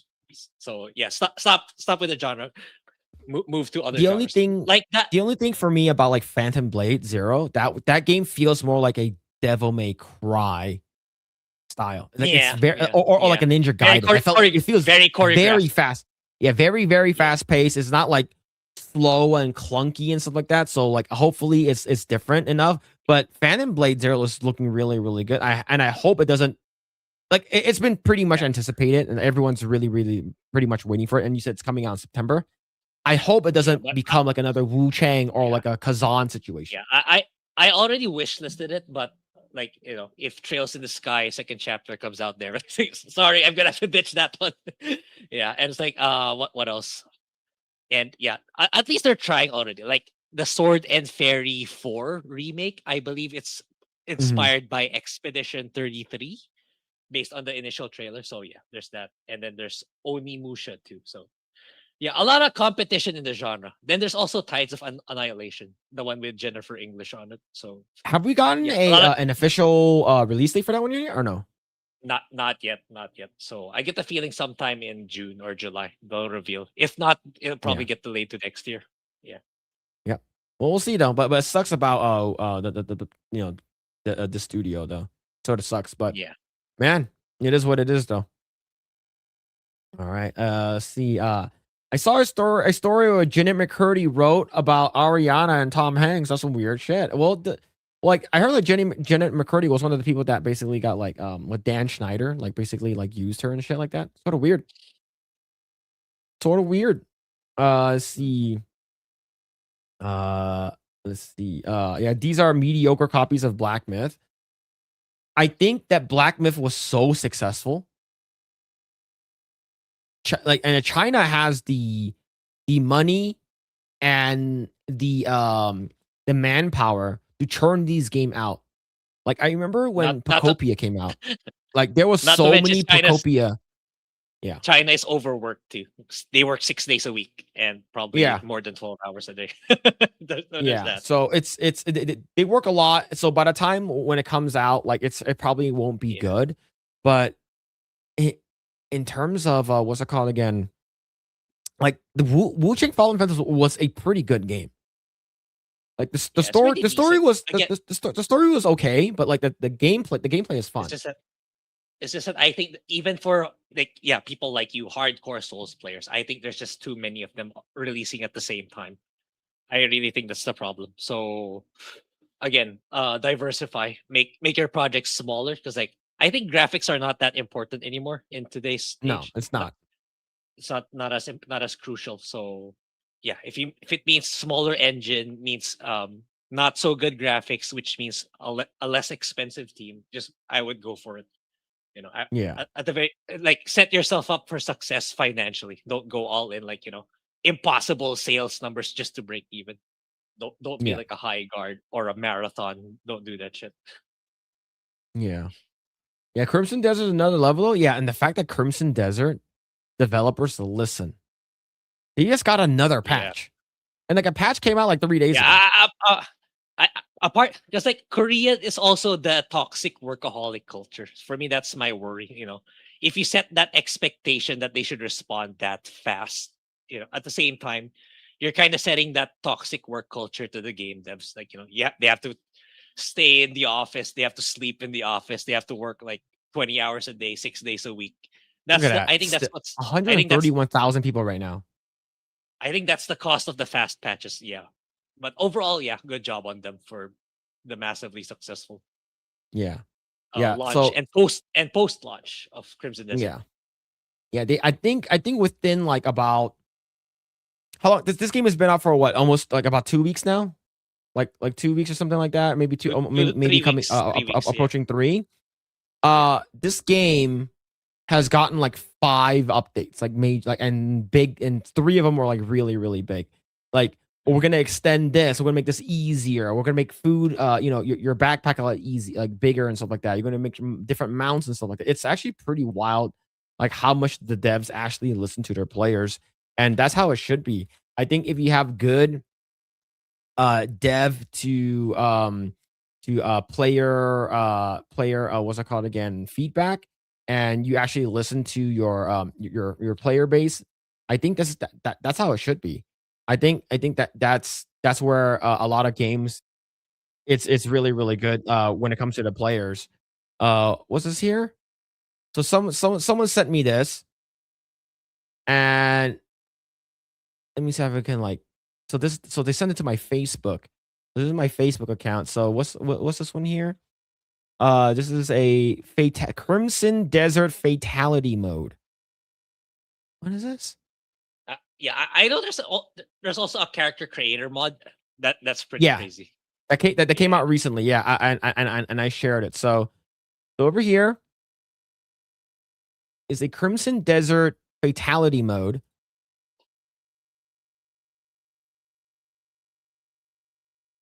Oh, that's pretty cool. Like I'm still like 3 hours into the game. I haven't played the game since the first time I played it. But yeah, this is actually, that's actually pretty cool. Yeah. Yeah, a lot of these are actually really cool. And I heard like you can actually do like a lot of like wrestling finisher moves. Yeah, this is that's pretty sick. I think that's pretty sick. And I think that's how games should be. I think games should be fun. I think that like the story, it's sort of like Witcher. Like there's a bunch of like side stories and stuff like that. There's a bunch of shit that's happening. You can decide whether or not you want to engage in those. But yeah, it's pretty crazy, man. All right, let's go ahead and talk about let's see. I think it might be one of our last topics here for tonight. We're going to talk about Phantom Blade Zero. But all right, here we go. I'm actually really excited for this game. It's coming out in September, right? Like you said. Mm-hmm. Right. So Phantom Blade Zero dev speaks out against AI in gaming. So Grae, what are your thoughts on this, man? What do you know about this? Yeah, I get it because there's a lot of anti-AI people nowadays, but yeah, that's great. Like it's mostly handcrafted or actual human developed the game. That's good. But I think it's okay to have AI, especially in the back end, to expedite things. I still stand by that. Especially as someone in my field of work, I use AI a lot, and because it really helps, it makes things faster. So I get how useful it can be in the workspace. So as long as that brazen generate AI and then call it a day, then I think it's okay. But so yeah, that's a good thing that they're being more meticulous about it.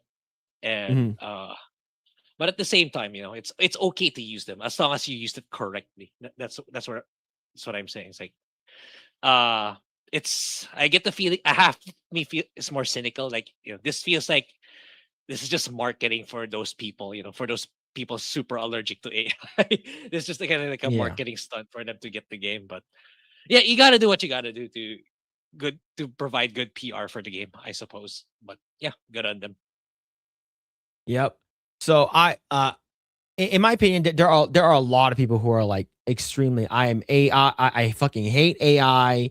AI is the worst. And I know that like people who are really against it, like, they have a good reason, whether or not like their jobs was taken over by AI or automation took over their job or whatever it is. So I understand that fear. I understand that, but it's unfortunately, I know you guys hate people who hate AI, hate hearing this. It's inevitable.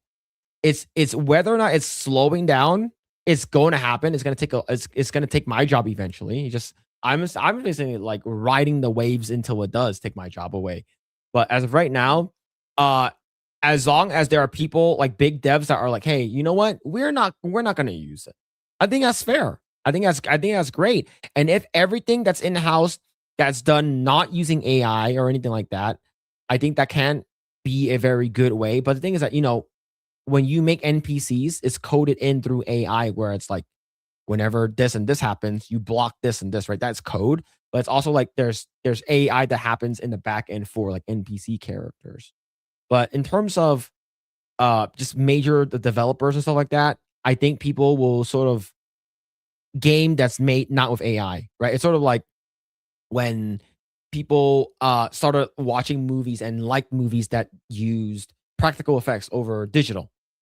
It's like, because you're a supporter of that craft, like hand animated like cartoons and stuff like that, hand animation, the stuff that's like completely like gone. Everyone don't use, they just use tweens. They use what's it called again, like 3D animation, stuff like that. It's different from like hand animated stuff. So in recent posts on social media from S Game confirmed that the Phantom Blade Zero is in the intense final stages of development. It was then stated very clearly that the accelerated timeline is not forcing S Game to resort to AI technology to get things done quicker, even if that's the trend in today's game industry. Instead, everything from the character models, weapons, in-game maps, and voiceover segments is being painstakingly created with traditional human input, pushing firmly away from artificial intelligence-based solutions. The team wrote, "We are fully aware of the profound technological revolution is unfolding around us. However, to this day, every single piece of content in our game has been crafted by hands of real artists. We will not use AI, visual tech, and that could alter our artists' original creative intent." S Game didn't just hire a group of developers to make a game. Rather, in our pursuit of continuously building an exceptional, passionate team, we decided to make a game that everyone here could be deeply proud of. Anything that's based in terms of, hey, we want this game to be like everything's created. And I respect them for that. I think a lot of people would. It's because you're not taking the easy way out. Granted, there are, what's it called again? Expedition 33. They use AI in one small section of the game. Everyone calls it that game is made with AI. Well, It's like, technically that's correct, but it's not used to the point where Mhm. it's too brazen or it's downright lazy. Just again, for they like to say here like, oh, we didn't use AI, we didn't use AI, but simply example like a blade of grass in the open world, like you didn't handcraft per blade of grass, right? Somewhere along the way Mhm. you copy pasted a blade of grass, so that in itself is kind of AI-ish tech. You didn't really handcraft per detail or per grass. So it's like it's really depends on how much AI you use. So if it's like something on the back end people can't see or experience, I think it's fine. I really do. So it's like uh for example, it's like first generate the first iteration of a particular character, but the final output is completely hand drawn. I think that's fine if that expedites the process compared to like you just generated a character out of AI and then just call it a day. That one's not Yeah. okay, but that's how I see it. It's like I feel like the way they wrote it, it's like they're extremely closed-minded just for the sake of like brownie points for those people. But I Mhm. think it can be utilized to make the overall development process better and more efficient. Just use it properly. Yeah. Yeah, so someone asked, did the story change? They use AI as a placeholder textures and were replaced by artists after subsequent patch. Yes.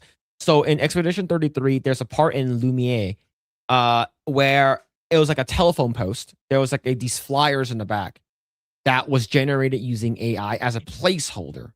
And then down the road, I think like the week of the launch, that was patched out eventually. And ever since then, people are saying that this game, the entire game, not just that part, the entire game is an AI game. It's like that is a placeholder. No. You use AI. The game is AI. The entire game is made of AI. Do not support AI. Support real artists. It's like, bro, what the fuck, bro? And it's just, I think when it comes down to that, it's sort of it's sort of like short-sighted, where like you don't really understand how game development works, right? Because a lot of people use placeholder stuff. A lot of people use, okay, we're going to use, this is going to be in game, it's going to be a placeholder until we swap it out, right? Similar to the thing where we saw from the Wolverine earlier video, where I got I got copyright strike for that video, where I showed off an early alpha of Wolverine, the one from Insomniac, and it was Jean Grey, and Jean Grey was fucking ugly as fuck, right? And Insomniac did come out and say, hey, the game is that's actually a placeholder Jean Grey, right? The character that's in the game right now, that's a placeholder Jean Grey. We're gonna swap out the character eventually. And a lot of people do that. A lot of video game companies do that. They're gonna have, if they don't have the characters there, but they need to see whether the gameplay is functioning, they just have it there to be going, this is placeholder, swap it out later. And I guess they didn't get it on time. And one person caught, like a couple of people caught it online, and sort of blew up to this thing where they said that the entire Expedition 33 game is made with AI, which is incorrect, right? So, but overall, I think that this game probably has more of, made by real gamers, by real artists for real gamers and stuff like that. I think that's great. I'm really, really looking forward to this game. I haven't seen a lot of gameplay of it anymore, because I sort of want to like keep myself like spoiler free. I want to be sort of surprised by it. That's why I don't watch. I watch like 2 trailers and that's about it. I don't watch anything else. So I hope that this game does really well. This game has been getting a lot of hype, and it's coming out in September. Yeah, so that's actually my work. It's coming out September 9. So I given all the hype surrounding it, I get the feeling this is another very, very expensive game. So I just hope it makes enough money, so that people don't get laid off or get dissolved like the first Berserker or Wu Chang. Yep. So I agree. Let's see. I think AI will have a few positive impacts on gaming. I think it will also result in a huge number of job losses at big companies. Yes. Yeah. Whenever something gets heavily like automated, the people that are the people that do the grunge work that's being replaced by the automation will get fired. For instance, like manufacturing, people who put the cars together back in the day, right? Now everything's done with fucking robots. Same thing with people who used to heat up food and shit like that back in the day. And now you can heat it up with like, it will get better and better and better moving forward. Like coding is already being used in the industry, in the gaming industry. Same thing of writing. People already use it. Now, granted, is that in the final product? For instance, I use AI to generate thumbnails and backgrounds for because I need inspiration, right, at my work. So when I'm working, if my art director or the producers or the people who are requesting, like, hey, generate me this, like, like my asset requires this and this and this, and we don't have it, I'm like, okay. So if you have like artist block, like you basically make like a bunch of thumbnails of like different color comps, key comps and stuff like that. You make different poses, compositions for characters and stuff. And then so instead of doing that, sitting there and drawing everything yourself, you can have AI type in what's in your brain, and you tell the AI to spit out like 50 different images. And then you take bits and pieces of everything that you like from each thing and you draw it out yourself. That is basically where I say a good artist copies and a great artist steals, right? You're not stealing from, you're stealing from multiple places to generate your own version of something that's extremely unique. And that's how art has always been. It's always been like that in the gaming industry, in the animation industry. Everything has always been like that. And people basically argued with me about it. Like, it's like, oh, you don't know what that means. Like, that's a terrible way to think of it. As an artist, I feel bad for you. Like, well, you can say whatever you want, but that is the industry. Like, it's crazy that people do not know anything about the gaming industry tell me what they think about the game, how the gaming industry should be versus how it is. there's a follow up like this one. Like they'll mean less people to buy, but the thing is, we live in a world where we have to upskill. Whatever it is that we do. So Mhm. it sucks that they're gonna get laid off and have no money. But what Mhm. do you get? You're just gonna lay down and give up. You're not. You have to learn new skills, learn new techniques, and just get better. Like that's what's gonna happen to those people, and that in turn will Yeah. get them a new source of disposable income. So, like for example, for me and my Phil's case, as YouTubers, like, do you think that we will grow if we don't improve our work to make our content better, make our videos better, make our editing better? No, right? So it's like if we just stay the way we are, we're gonna become irrelevant eventually, compared to the Yeah. people who keep getting better. And the thing is, like, a lot of like big content creators use AI to make their shorts. Yeah. Yeah, like they use AI to make their shorts. So it's not perfect, right? And you have to go inside and edit it and stuff like that. It does happen, right? But in terms Yeah. of like what it means, but that would mean that less people will buy depending on your buyer products. I think it's fair, right? It's sort of like when people went from traditional to the hand animated stuff, like stuff that was done from like Disney back in the day, right? Stuff that's done from the 80s to the early 90s. And then versus people who are animating on a computer, not hand animating stuff on paper anymore. It's like you're gonna it's like, well, you're gonna a lot of those in-betweeners, like they're getting let go.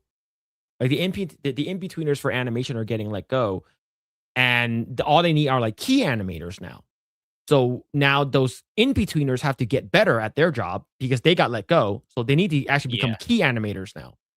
So Yeah. once you get the key animators, that you have to force yourself to level up to sort of get to that job, Yeah. and it's gonna require it's a lot of Yeah. growing pains when it comes to this. Yeah, it's cruel, but it just the way the world works. It's like if we had pity about people, then we would stop using the internet, then go back to researching in the library. So it's like saying, what about the librarians? What about the librarians are gonna lose their job? So it's like Yeah, then make what you will with this new technology. You can take advantage of it. yeah, Don't just like if you just keep complaining and not upskill and not do anything about it, then yeah, you're really gonna get yeah, be irrelevant. That's the inevitability. yeah, Yeah, yeah. like my 50 jobs different right now, Nancy's. my job right now. It's like if I didn't learn how to use AI, I wouldn't be having these two jobs that I have right now. So yeah, it is what it is. Yeah, I wish we lived in a better world, but we don't have to do that. But yeah, we unfortunately that's not the case. We have to Yeah, go down to back to reality, and that's really how the world works. yeah, yeah. Art inspires art. Yeah, like it's everything is always from somewhere, right? Like nine Yeah. times out of 10, something is always inspire someone to do something. It's like who inspired for instance, like a lot of artists, like who are your inspirations? Like like what got you into drawing? And that's what the style they have. It's like they take like three different people's style and they sort of take and pick what they own and they sort of make their own. Like eventually, like no one has their own style, the unique style that is like completely out of the dark. Like this is my own, like because everything is Mhm. influenced. So it's like like my dad said that you should go to Japan and get influenced by the Japanese art, and then you can inspire yourself to make something different. But it's always going to be, I remember something that I saw a long time ago, and I like how this person drew this, and then you apply it to yourself, right? So it's always going to be from something, right? The big Yeah. assumption is that thinking that that there will Yeah, be but replacement jobs. Unfortunately, most of the time there won't be. yeah, but It's again, like because the for my tedious things for are my getting case, removed. right? Like I was able with this new technology, I learned from it and be able to use techniques from it that made myself valuable again. So you don't just sit it and just give up. Okay, I've give up my life since I'm unemployed. I'm gonna unalive myself. That's not how it works, right? You're gonna find a way. Find a way. That's basically it. Rather than just keep complaining about it. Like if your livelihood is under threat, then you already have that self awareness that it's gonna happen, inevitably happen. Then start adjusting already, right? It's the same thing with like managing your finances. Like if you know that you're spending more than you're saving or than you're making, then you gotta change your pattern. You gotta learn to save money more, spend less, stuff like that. It's like it's a part of life, pivoting, adjusting, and Yeah. based on how the world changes. Yeah, but see, I'm not saying that there's millions of people who aren't. There's going to be a lot of people who are like dead set on their ways that doesn't want change, and I think, it is a. If you want to keep the old spirit, like for me, I love traditional 2D animation. Like that's why my favorite animation of all time, like in terms of any medium, like it's always going to be Tom and like the OG Tom and Jerry stuff is my favorite. Like the stuff from the 50s and 60s. Like the Fred Quimby era of the fucking golden era of MGM for Tom and Jerry. It's my favorite era of Tom and Jerry. I hate the stuff that's coming out now. I fucking hate it. But the thing is, whenever I see something that is like, hey, we're going back to 2D hand animated stuff, it's like holy shit. That's why people love stop motion animation, because that's like a lost art. No one does that shit anymore, right? You get like Leica will do it from time to time. I don't think Tim Burton is going to be doing anything like that anymore. What's the last one? Frankenweenie? He's not going to do anything like that anymore. So Leica is the last studio that's doing stop motion puppetry animation, but their studio is dying. No one actually, like, it's cool. People watch it, but like, how many movies do they come out? Like, do they churn out a bunch of movies? No, it's because it takes a long time for them to do it. And I think a lot of people who don't like, if you want to cherish the old stuff, that like go for it. Like sort of like handcrafting a sword from fucking scratch and shit like that, right? And fucking using the hammer and fucking, as a person that's like a blacksmith, versus like stuff that's made in the fucking like factory where anyone can, it's like it's all generic. It's not unique, right? But that's the thing that people want. Yeah, I'm at the side where you can still preserve that, process, the procedure, the ways of the old, but don't let it get in your head to the point where you're willing to throw away everything or sacrifice yourself just to preserve Mhm. that. You can do it in your free time, right? Or as a passion project, right? But don't give up the means to live a decent life just for that. You Yeah. can do it on the side, like make a YouTube channel that's dedicated for that, to preserve the culture. Or you know what, guys, this is how we used to do it, and let me show you how. That would make good content actually on YouTube. Yeah. So, That but would be but pretty don't cool. don't sacrifice your livelihood just for the sake of, no, I want to preserve this way of doing Yeah. things before. Yeah, it's not worth it. Like, in my opinion. Like I understand, like everyone have their principles. It's like, okay, Yeah. This is my principle. This is how it should be done. I'm not going to change it. Right? Good on you. Right? But the thing is, like Grae said, like if it's to a detriment of your own well-being, where you're like, fuck, I'm not sure if I'm going to be able to pay rent. I'm not sure if I'm going to be able to pay, if I'm going to be able to eat this week or something like that. Like, don't get to that point. Right? So, like if you look at it, like a lot of burger places, everything is like automated now, and that sucks, right? You don't have that human interaction and stuff like that. Like, and same thing with, now here's the thing though. I'm going to bring it back to trading card, TCG stuff. There are several card grading companies, right? PSA is number 1, CGC and Beckett is about number 2, and Tag is number 3. But basically fourth, right? Tag is done through AI. Like everything that's grading is done through AI. So like your edges, your corners, your centering, and the surface is all done through AI. Versus PSA, Beckett, and CGC is done by a person. So let's say if your card's perfect, and for whatever reason you send it off to Beckett or PSA, and it comes back at a 9. The reason why is because that person's having a bad day. Let's say one day, like I was jerking off to Harambe and stuff like that, and then it goes to like a guy's butthole, and I give that guy a butthole tribute, right? Like, fuck, I'm having a bad day, and then you go to work, that shit can translate to your work. So he's like, fuck, man, I don't fucking. You take like 30 seconds to grade a card, and then like you don't fucking care. Fuck it, I'm gonna give it a 9. Well, let's say one day you're having a good day, right? You're driving down fucking Melrose on fucking what's it called again, in LA, and every light you hit was green and shit like that. You see a girl walking down the street, a fucking gust of wind blows and her fucking top pops out and you see her titties. Man, what a good day. Everything's a 10. Right? So like versus your card is like there's a fucking big cut in the back, but you got a 10 because that guy had a great day. That's when AI comes in. Tag is using AI. Everything is all done through the computer. Everything is done through AI. So whatever grade you get is the actual grade that's your card gets. So, and that's the case.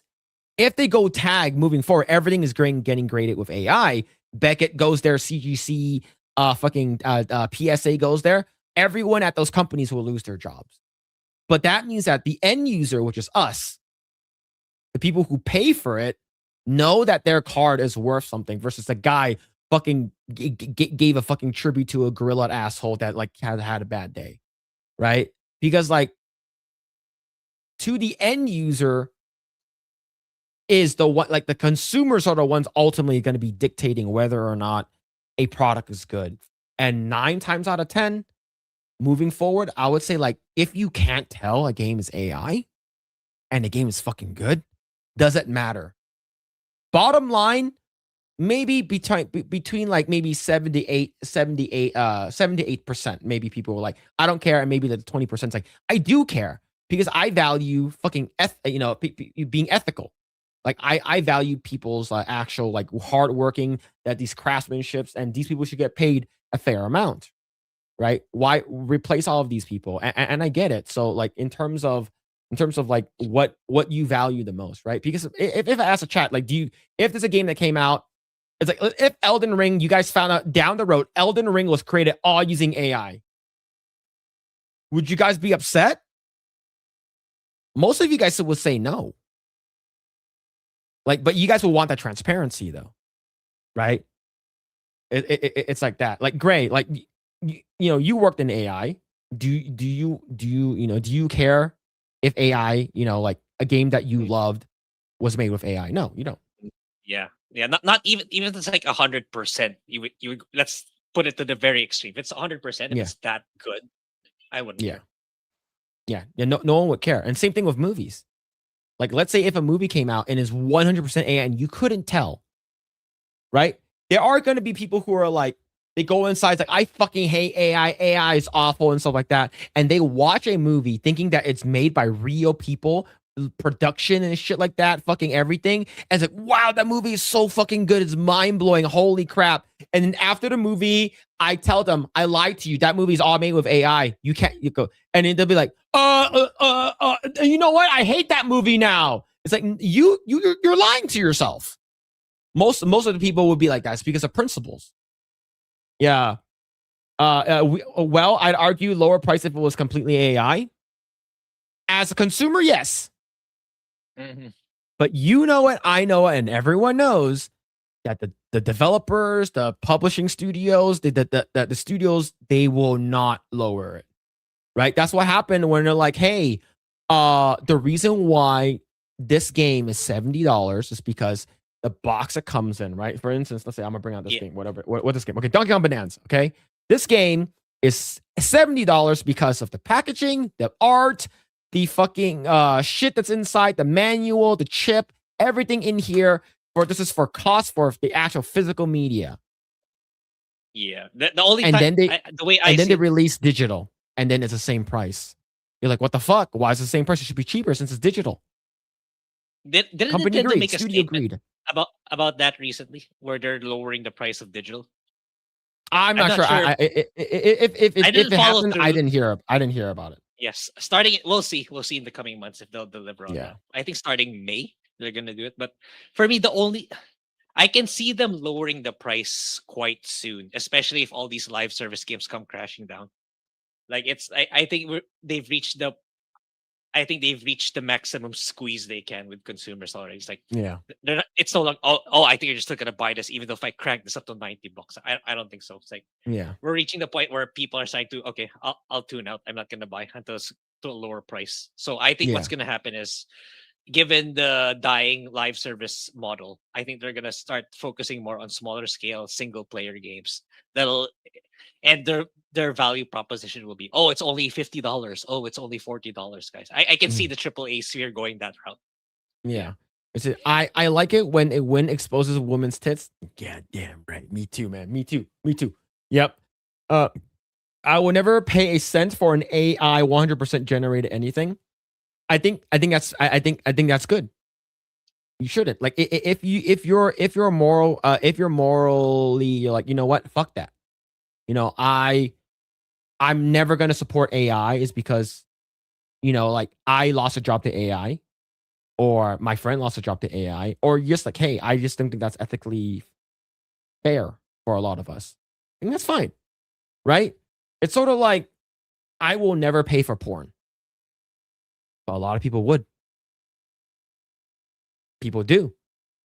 Or if you're Atriarch, you use AI, deepfake, to deepfake your friend, and then pay for Pornhub, and then make a public apology with your wife standing behind you.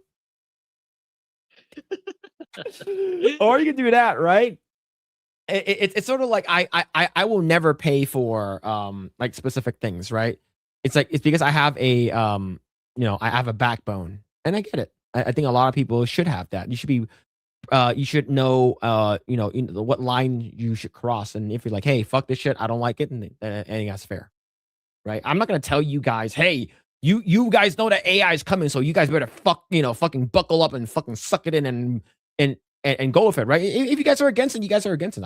It's just I'm telling you what is going to happen, because I'm also telling you, it's like new technology. Also, like look at the positive equivalent. Like that also means a new opportunity for you to take advantage of it. Like for my case, like apart from my work, now like I'm putting money into stocks right now, or mutual funds or index funds.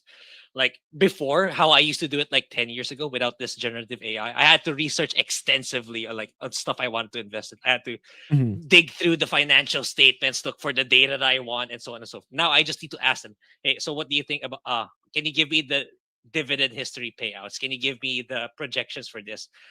Given the Iran situation, where do you think I should put my money first? It's a lot faster now and a lot easier now. So it's compared to what it was before. What if it would, before, if it would take days or hours or days, I can now pull it off in minutes. Like prepare a spreadsheet which I think is the better investment to make. So there's ways for you to take advantage of AI. That's you don't have to be a master coder or stuff like that. So think of it that way. It's also an opportunity for you. yeah. See, do you know what couldn't been generated of AI though? This. It's Are you just sure? it's just you know I think like it can. I think it yeah, can. I'm pretty sure it can, but here's the thing though. They get inspiration from real life. So these ladies are getting awarded with these these swimming water polo people are getting awarded the medals. Yeah, the underlying point is AI still needs original content for it to do what it does. So, yeah, it still needs the human element in order for it to get it there to replace humans. And I don't think it's going to be anytime soon where it fully replaces in terms of entertainment, but it has already started, right? In terms of like scripting, script writing, you know, like people who make those like those videos that are scripted. I would say maybe half of them actually use like Chat GPT or Grok or whatever to write their script for them.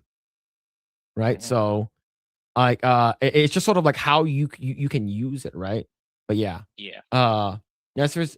See, in order for you to make this, an AI needs an example of this in order for it to make it. Right. I said I won't pay for it if there's good, there's other ways to acquire. That's true. Yeah, 100% true. Same thing with porn. Porn. Those look uncomfortable. It's uncomfortable, but it benefits us. It benefits us.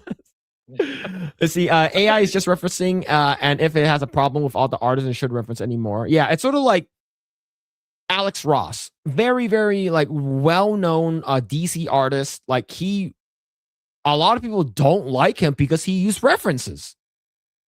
I'm like, that's what everyone uses as an artist. Like, I remember growing up, there was a lot of people that was in the art community that fucking hated Alex Ross. I'm like, that guy's stuff is really good. Why do you hate it? It's like, oh, because he uses human references. I'm like, everyone uses human references. What the fuck? What the fuck are you talking about? Crazy, yeah. Yeah. But yeah, it's actually wild stuff, man. But yeah, like it's fair. It's fair though, definitely fair. But yeah, but overall, see, like a lot of people would say this shit is AI. You know, haters would say this is AI, but this shit's real life. Yeah, this is real life right here. This is real. All right, it's like, you know, this is 100% real. All right. I don't think we have anything else. Let's see. Grae, what are you up to, man? Where can people find you? What are you doing? Yeah. I'm looking to. I'll bring back my second channel starting next week.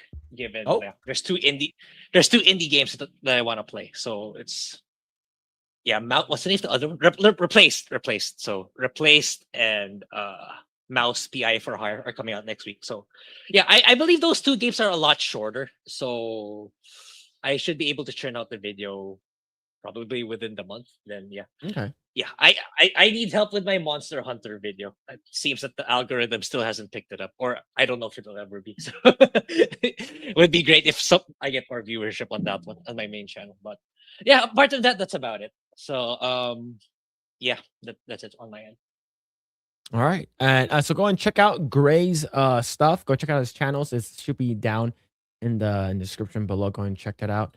Thank you so much. Quagmire, Mad Frog, Phil's cousin, Cole Hauser, X in a Wonderland. Thank you. Really appreciate it. Thank you. I see, and you guys can check out my stuff at Mr. Phillip Chan. Go and check that out. I'm live. I'll go live on Monday. Next week.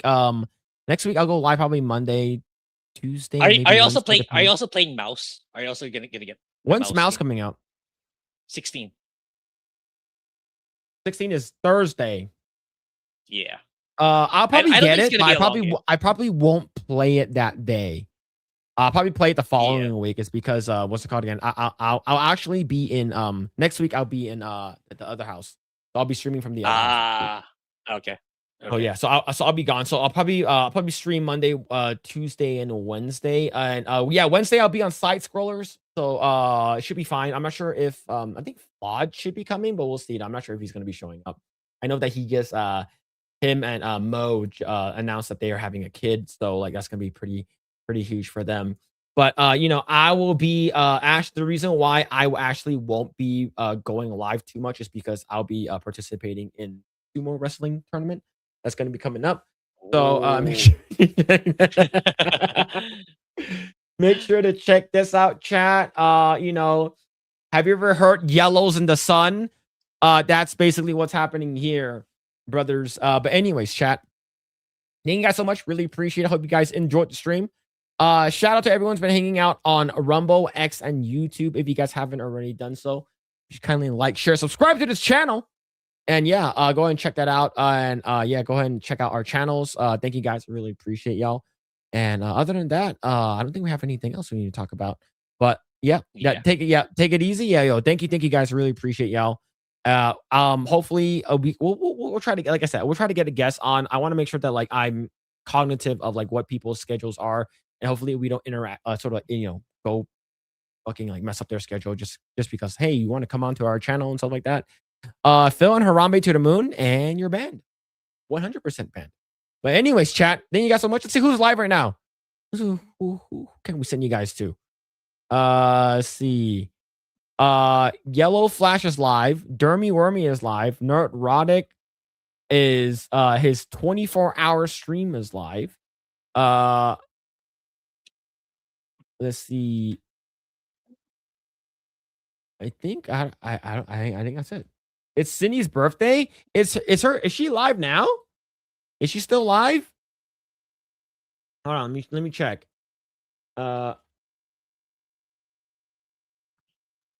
Is she still live now? No, she's off. Wait, hold on. No, she's live. Hold on. Okay, all right. Let me see if I can send you guys over there. Okay. Let me see if I can send you guys over there. Okay. Let me see. Shit. Okay. Okay, we'll send you guys over to Cinevere. Okay, go. She's gonna be on with the on with us probably in about 2 or 3 weeks or something like that. But we'll see. We'll see. But yeah, okay. We'll send you guys over there. Let me double check. Is it? I'm gonna double check if it's gone through. because last time I fucked it up. Okay, we're good. We're good. All right, chat. Thank you guys so much. Really appreciate it. I hope you guys enjoyed the stream. We will be back next Saturday.